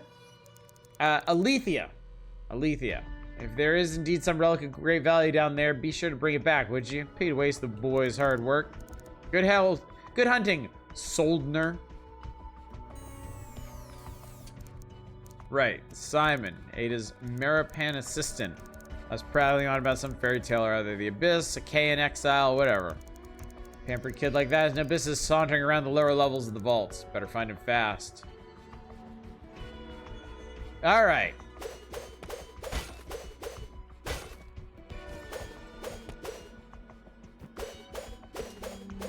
Well, this is really nicely animated.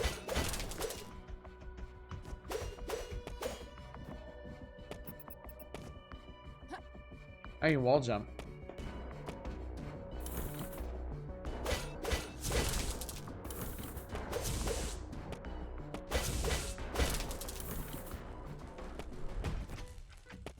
Any Street Fighter combo attacks? I don't know yet.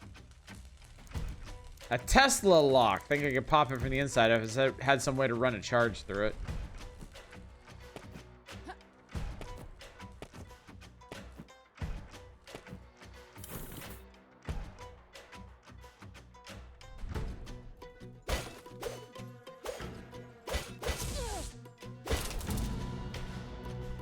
I've leveled up. I don't know what that does for me. Hair animation is pretty fun. It's really well done, yeah.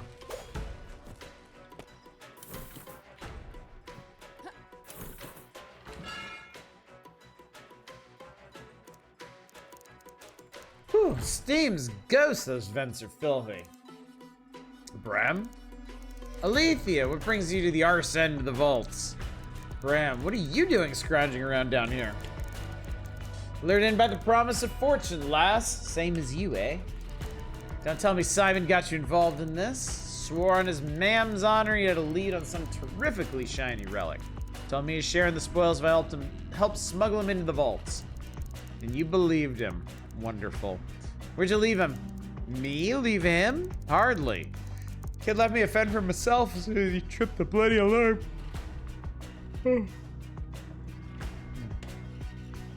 Every time lad or lass shows up in a dialogue, a scriptwriter dies.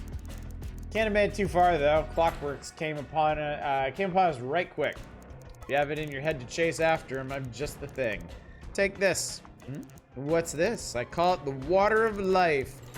It's a Tesla charged with generative clotting agent. Between you and me, lass, I worked the plans out for some old world tech. Looks like booze in a syringe, Bram. Oh, a spot better than that. One shot of this will restore flesh and bone alike. Within reason, of course. Won't blow the steam back into a corpse. And it'll fizzle after a couple of shots, so don't be going wild with the hypo. Needs a mighty spark to charge it back up. Incredible. You sure you don't need this? Nah, I'd rather avoid the hurt altogether. Besides, I'll need you to thin out those clockwork if I'm ever getting out of this vent and back to the forge. Good luck to you, lass. Oh, when you catch up with that fool boy, give him a right wallop for me. Consumables. Useful items can help Lethian or adventures.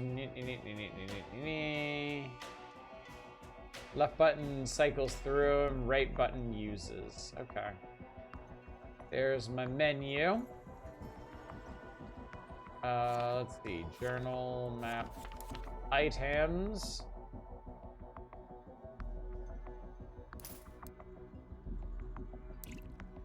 Okay.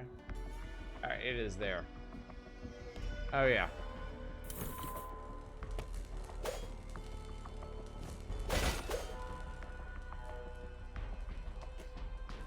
I have a gun.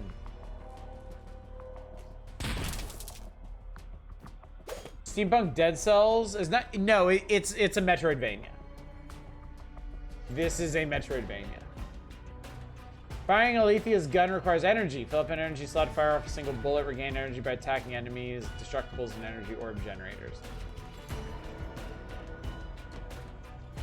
Nodes on the gem board. Currently locked.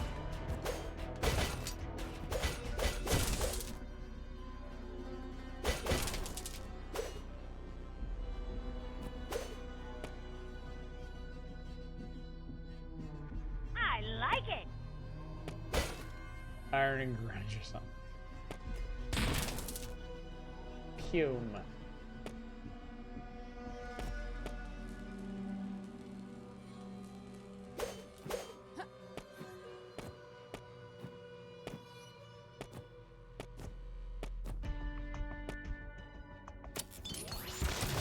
Ow.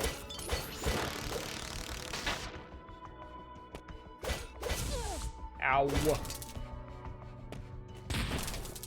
Shoot that guy. Third time I've been told to go to bed by Kitty. Thanks for the stream. See you next time. See you later, Hildy. Thanks for coming by. Glad I could show off synergy for you.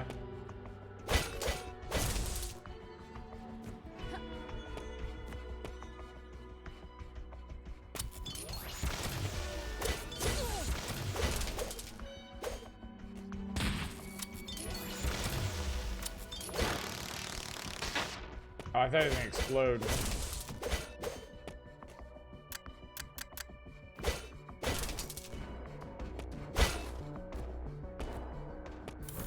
Ah, yes, dodge roll. What was it again? Plus to minus and minus to plus. That you, Simon? Huh?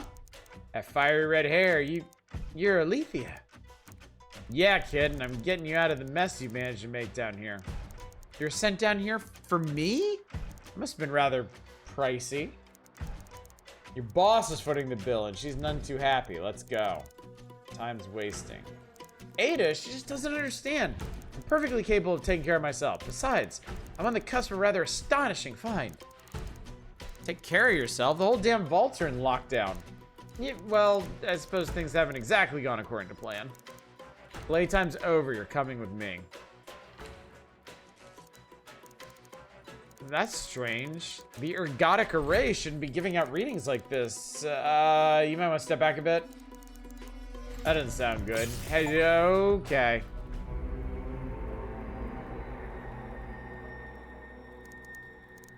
Where am I?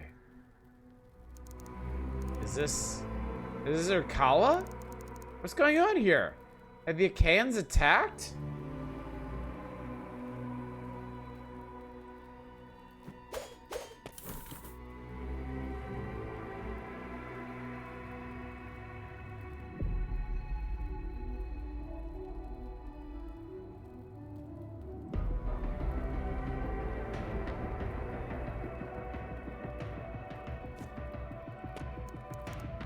This all feels like a distant memory. The flames, I can barely... When the hell is that?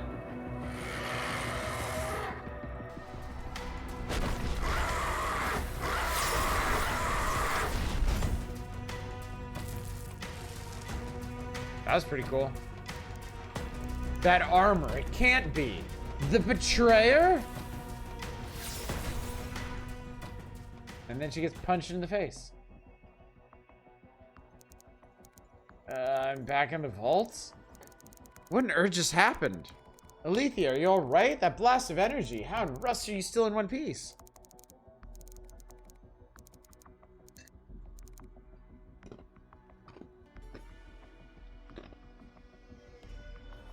Saw Urkala on fire. Urkala, some sort of dream? But you're dazed for only a moment. It's so real. I could smell the smoke. What is that thing? You know the stories of the liturgy, yes? Not the time for more of your fairy tales, kid. Get to the point. Fairy tales? Alethea, this is a genuine tether, where the Achaeans repaired and recharged their legendary armors. Armor, wait. I saw golden armor. These horrible creatures. What? Golden armor and daemons? Are you sure? Only one Achaean ever wore gold. Could it have been the betrayer? They rushed me through the smoke and flame, and then I was back here. Doesn't make sense though, kid. Doesn't the liturgy say that all the armors were destroyed?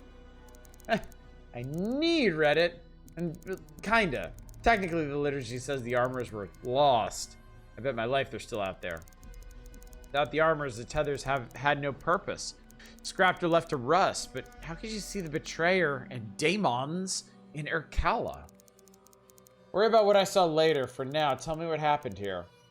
As you can see, I'm not exactly wearing any armor. That necklace of yours, has it always glowed? What the? I think you have your Cinder journal on you, yes? Would you open it up for me? Ah, the status menu. You Cinders are so surprisingly fastidious with recording your adventures. Up here are the tabs in your journal. Always good to check these every now and then, but I'm sure you know that. Right now, I'd like to open up your upgrades tab. Pardon my reach.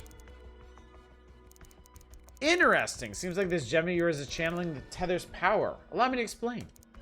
Power concentrates into ability points or AP. I guess there are different ways to get AP. Leveling up, finding more tethers.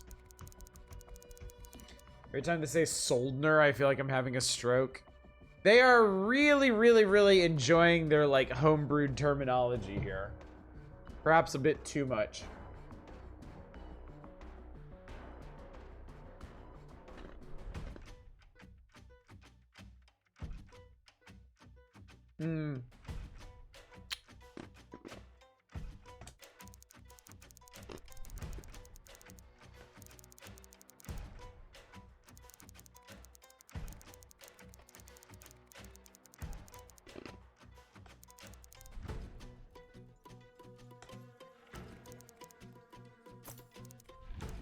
All right.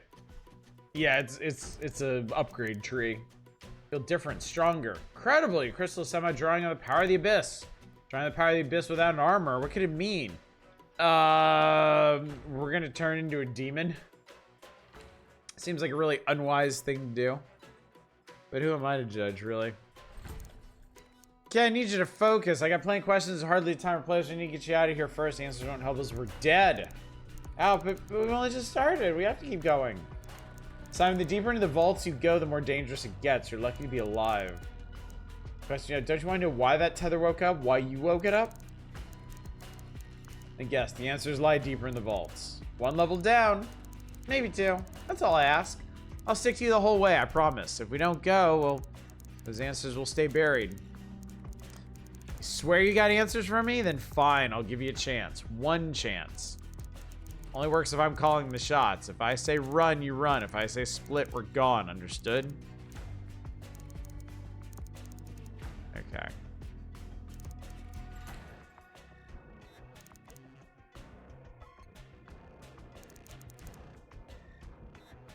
Tethers can save your progress. Okay.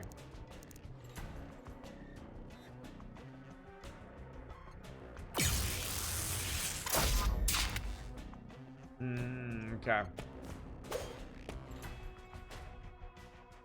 I have a map. I do have a map. I don't love this style of map. I much prefer the grid system.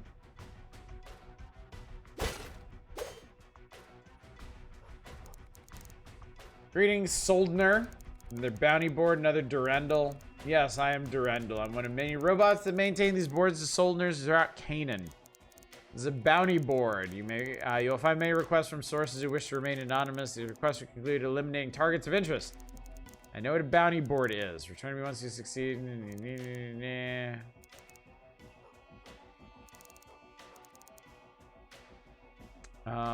Shields and okay.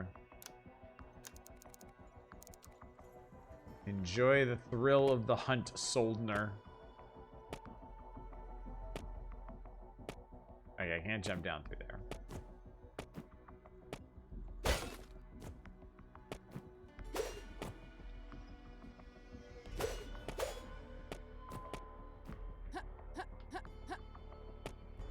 Ha-hoo-ha-ha.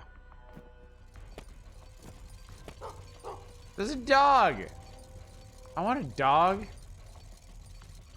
Background's pretty.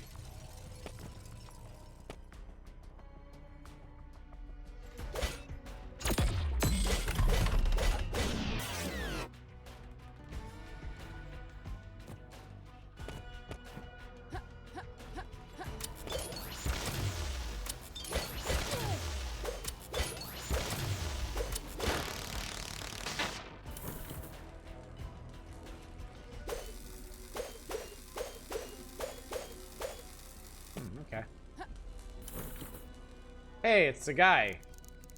Proper mess. Sounds like you're in a mood, huh? Who are you and how'd you get in here? I'm a Soldner and I'm... Oh, what's it matter? No getting out now. Some screwhead tripped security. Now the clockwork are taking a swing at anything with a pulse.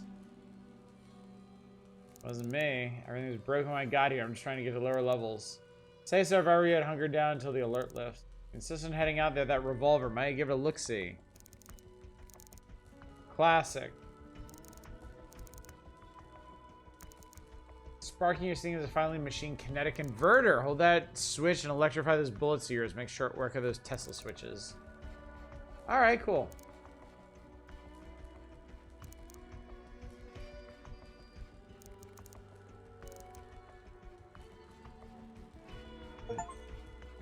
Alright, we have Tesla bullets. They deal break damage, shattering certain objects and depleting enemy break meters. And your core node. Okay.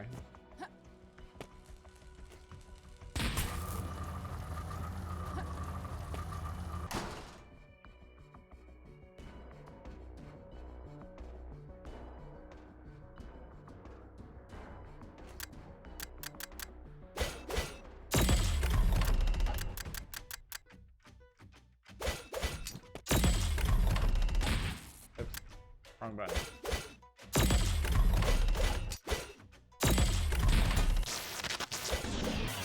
Okay, yeah, it works much better.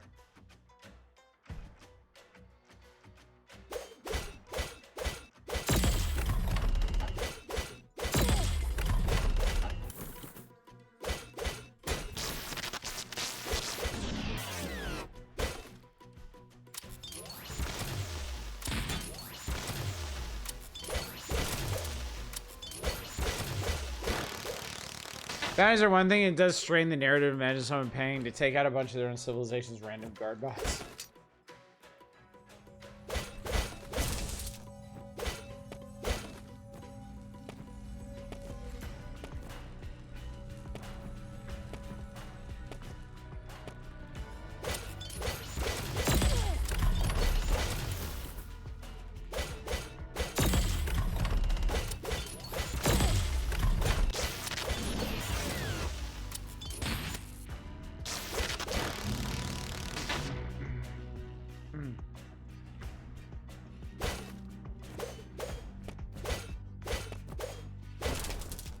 I wish it didn't have your objective right here, like the whole time, forever and ever and ever.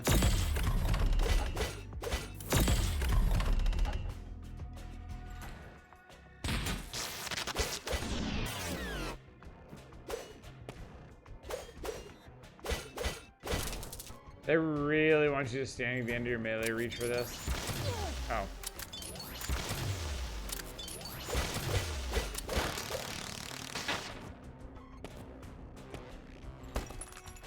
I got an eye drops.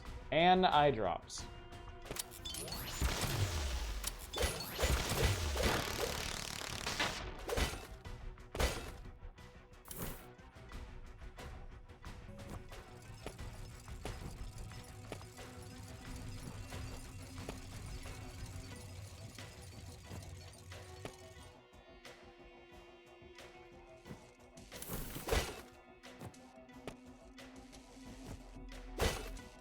Got in. Eye drops because you were end hero.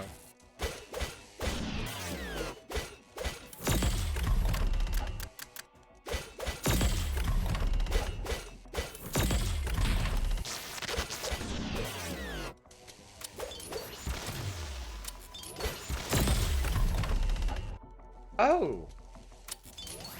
Oh, there's no contact damage. Interesting.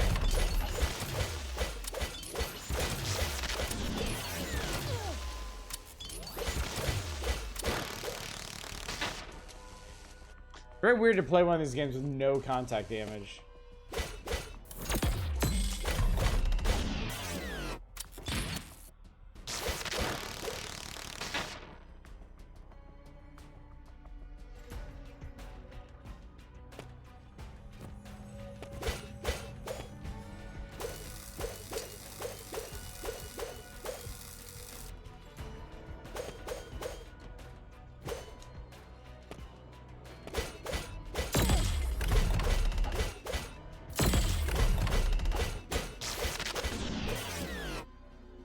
Great a moment where Deedla's game doesn't really cut the mustard. Not really doing it for you, huh?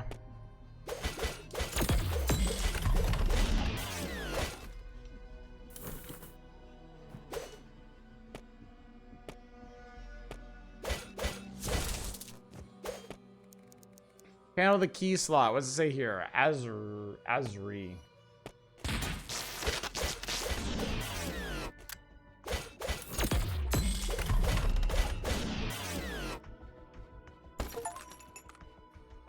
An accessory.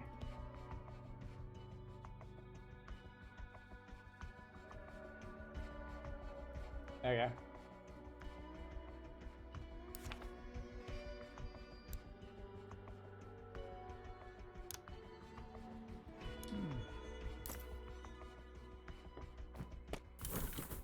You'd play it, you know me, I hate everything.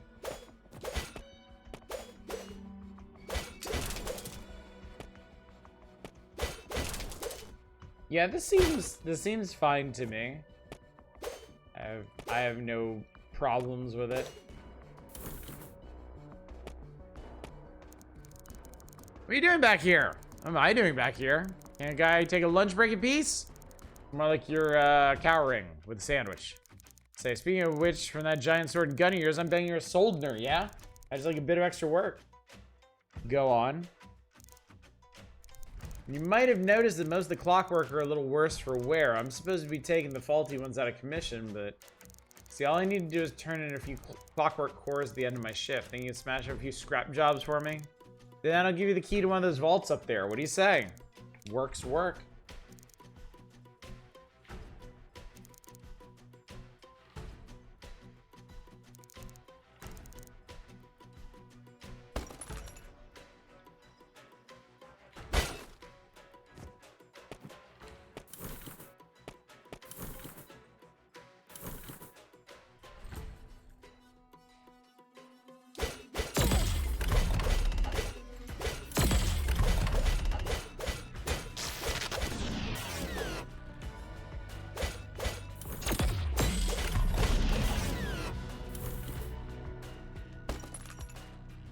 You got a Leon's Brew.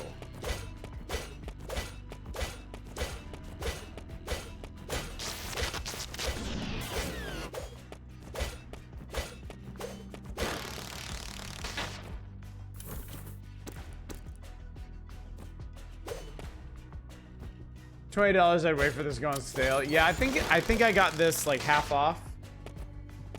I think during the winter sale it was 10 bucks.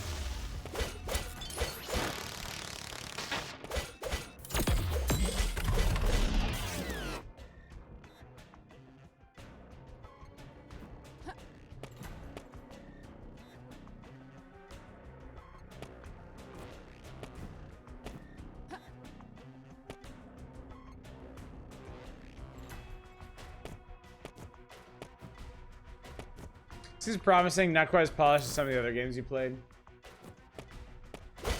I think that's fair. It's a lot of dialogue too. Like, you really need to be in for a story-driven Metroidvania. Saying some pouring house, what are you doing back here? Please don't touch anything. Wouldn't dream of it. I'm not passing through. Clockworker wreaking havoc all over the damn train yard. Now some soldier comes along smashing about. I don't get paid enough for this.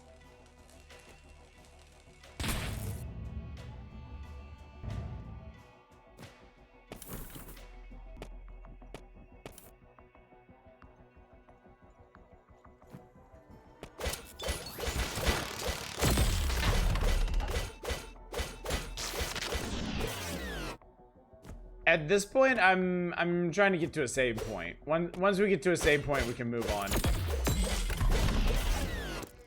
Got 9 souls over the holidays. That game is mean.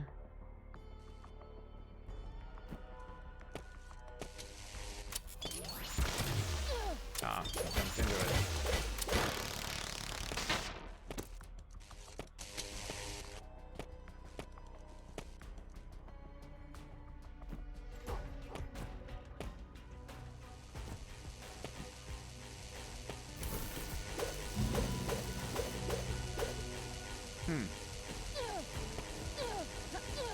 Okay, that's not gonna work.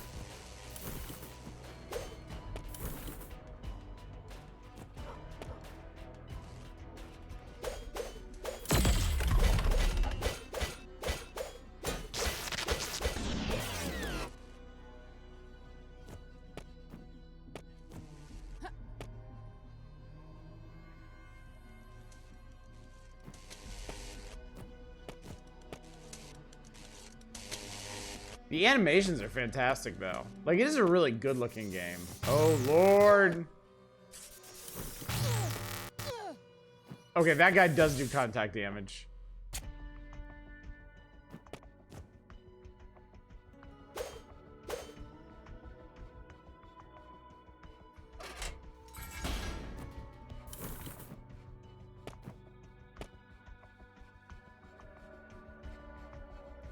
Oh, you know what? I can actually just go back to the tether here. I think this is how it's gonna work. I think as you work your way through an area, you'll keep getting shortcuts back to the main tether for the area. Because it sounds like tethers are pretty momentous. It sounds like they impart new memories, new skills, new upgrades and stuff. So there's probably not gonna be a ton of them. So they'll probably just have creative ways to keep reusing the same ones over and over and over again. So, okay, well, I think that will do for now. If I can, oh, I saw it. All right. All right, so this has been Gestalt, Steam, and Cinder. I think it's off to a promising enough start, frankly. All right. I think I'd like to do a little Islanders now. That was a Metroidvania, all right.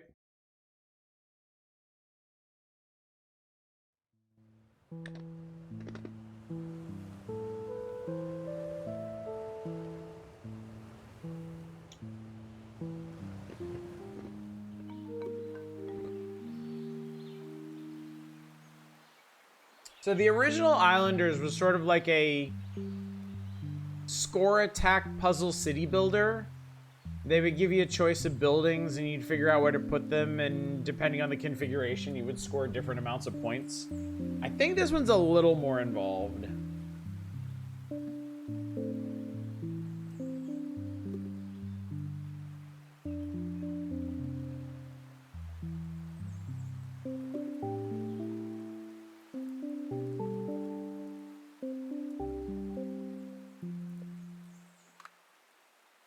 All right, I would like, let's do seaweed farm. No game mechanic I hate. Games have no way of closing a program short of hitting X in the corner.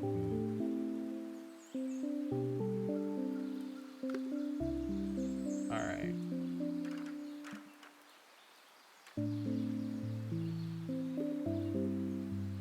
Use that wallpaper this island already.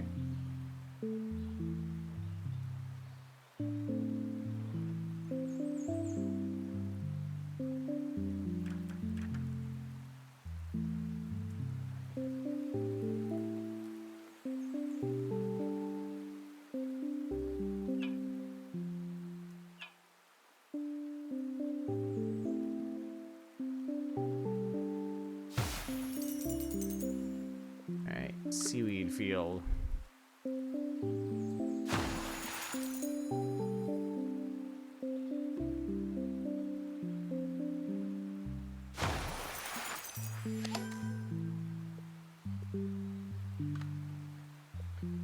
Brewing. Can we make seaweed? No. Fill this mirror with points to receive new buildings. The journey ends when you run out of things to build.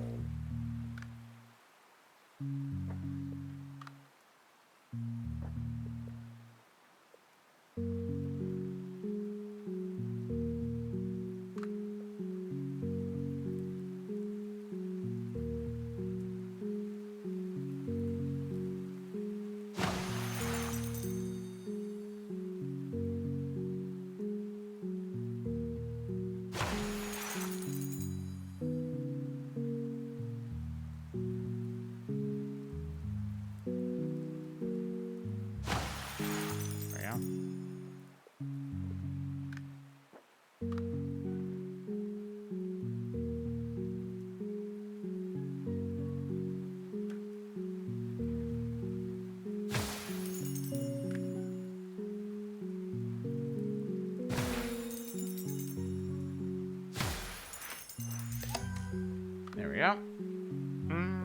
City. Give me a proper city.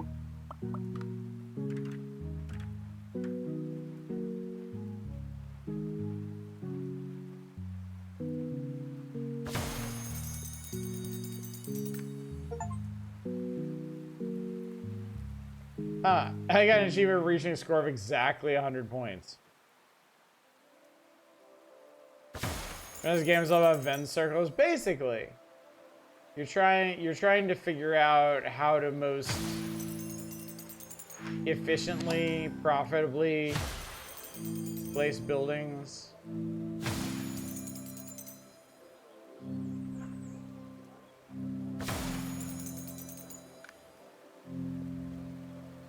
Lumbar. Oh, so I got some houses.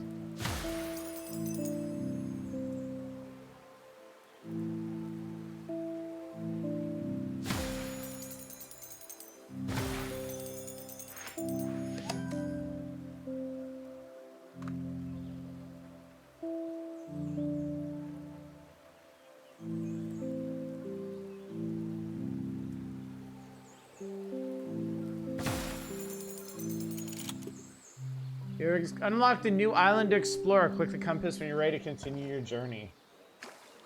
Okay. But not right now.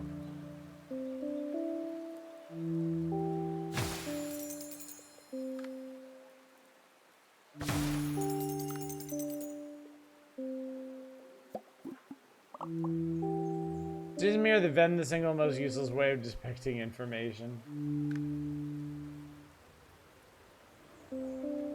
Not super useful, yeah.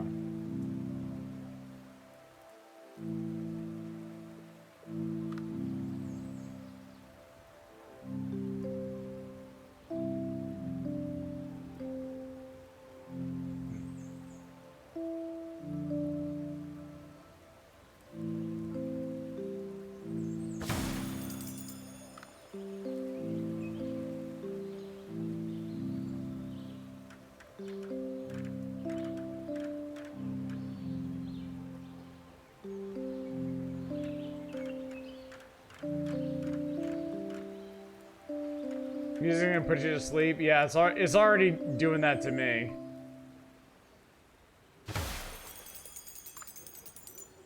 Yeah, this is very, very peaceful. Too peaceful.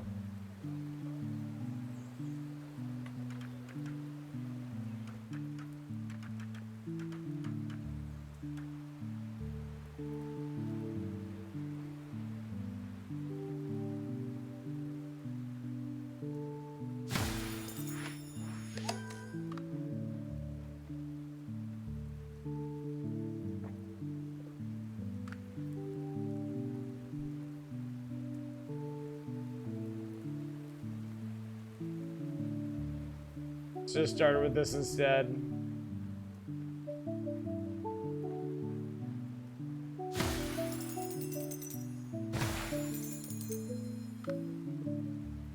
Oh, lighthouse.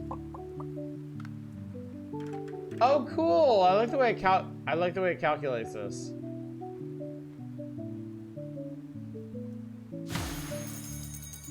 Neat.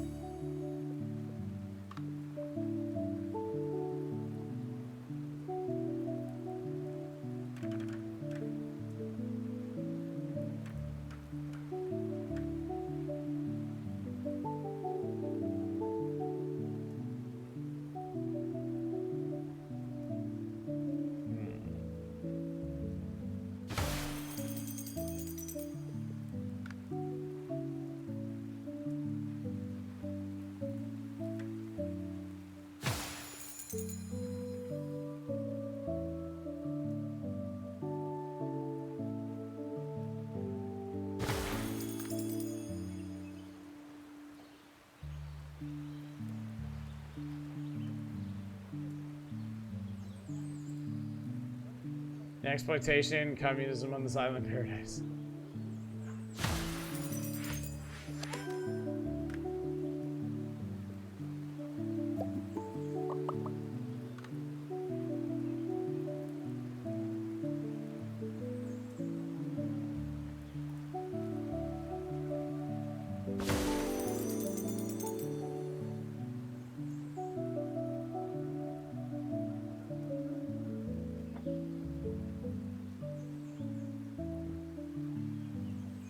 Kind of hype if rumors are true. Fallout 3 New Vegas remasters in less than a month. Wait, seriously?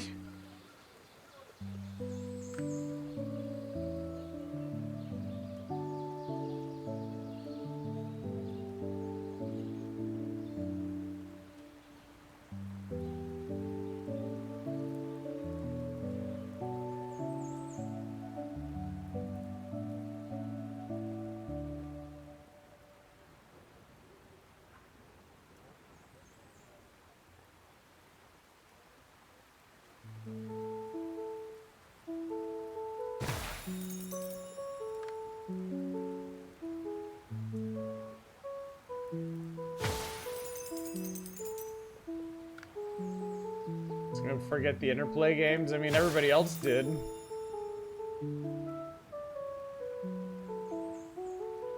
Hard to blame them for that. From the short I saw, they were announced to be shadow dropped, and now there's a 25-day counter on their website. Okay.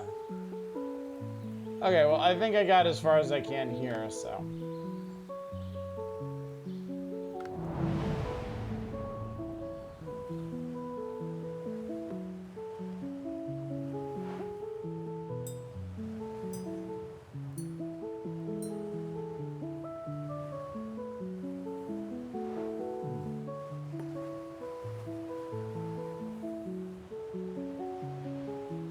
Oh, you get to pick. Temperate, serenely beautiful isle with a cooler climate and aviary. Or lava. Verdure.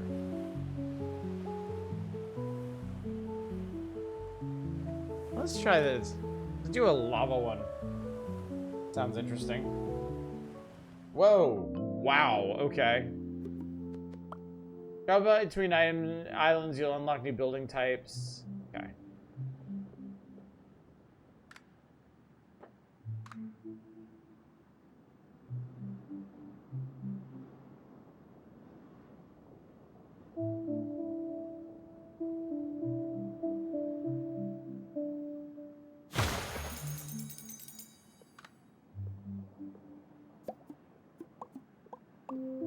I'm just gonna build a bunch of verdures.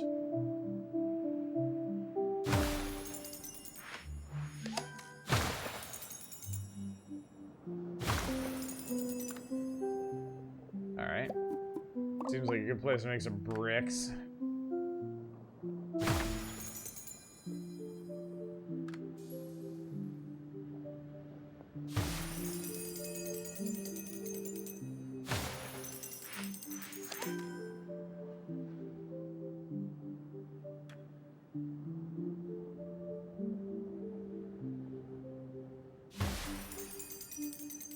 Nice. Sulfur to clear out the sinuses.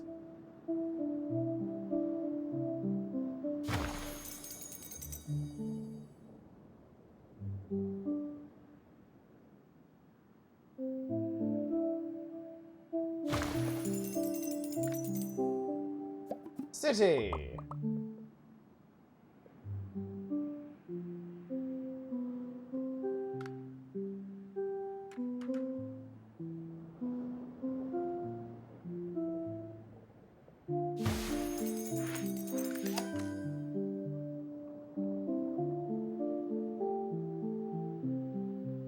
Imagine seafood is off the menu in a town like this.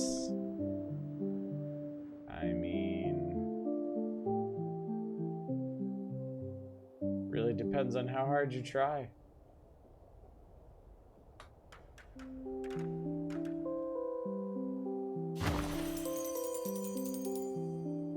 Oh shit, they gave me 2 city centers. Dude, Stardew lava eels.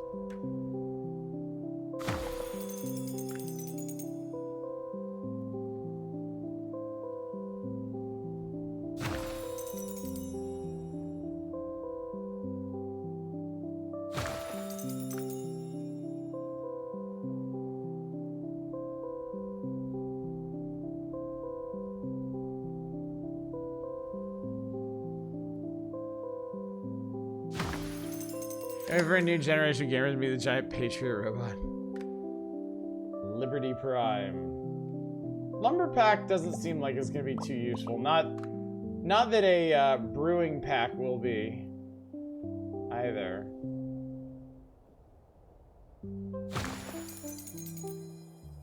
I don't know how you expect me to brew shit on this island.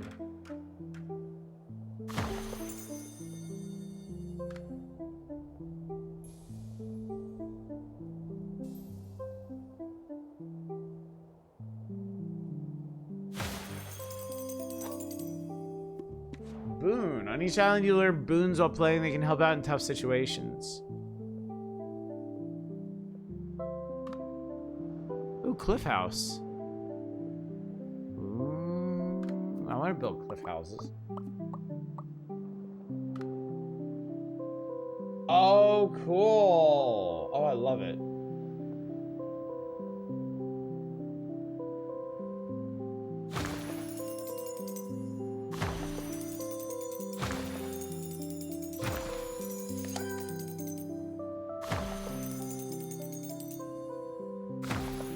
Oh, those are super neat, chat.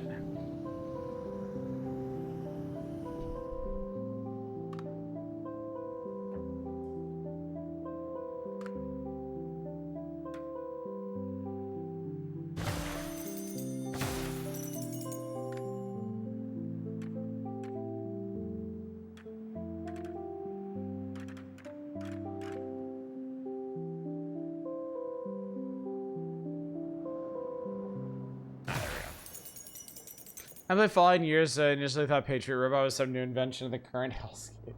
Would make a lot of sense, wouldn't it?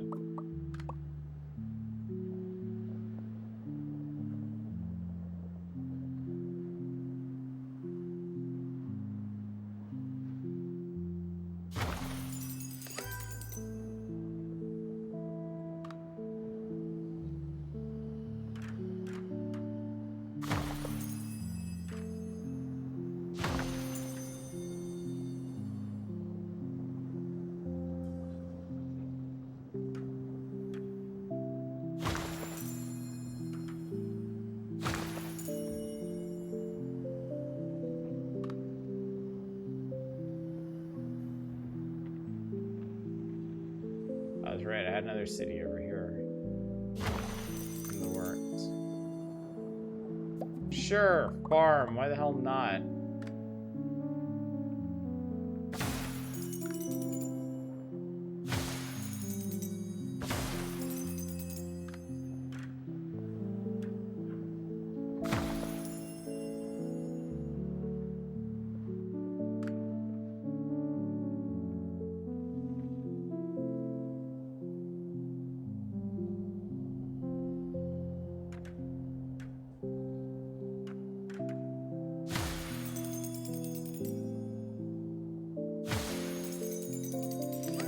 Irish squash truck cooks right on the vine. All right, chat. I think you get the idea. It's more Islanders, but clearly with some more creative islands and more buildings and such. So I am going to pop out of here. Not lava, it's blood. Anything new shows compared to the original? Just more variety. It feels very much like the same game, but definitely more variety to it. So anyway, chat, I gotta be honest, my fatigue is catching up with me again. I think I should probably get off to bed because I got some stuff to do and tomorrow, and I'm gonna need some time to rest and recharge before I launch into the power hours. I need to make sure I have the energy to present that fully and completely. Yeah, music onset fatigue, really. Yeah. No, I knew that would happen with Synergy, which is why I played it first. I didn't entirely expect Islanders to be so placid. It's been a while since I played the last one, so yeah. So yeah, why don't we go ahead and call it an early evening tonight? But we did good. We did good. We had an excellent conversation up front. Don't forget about that.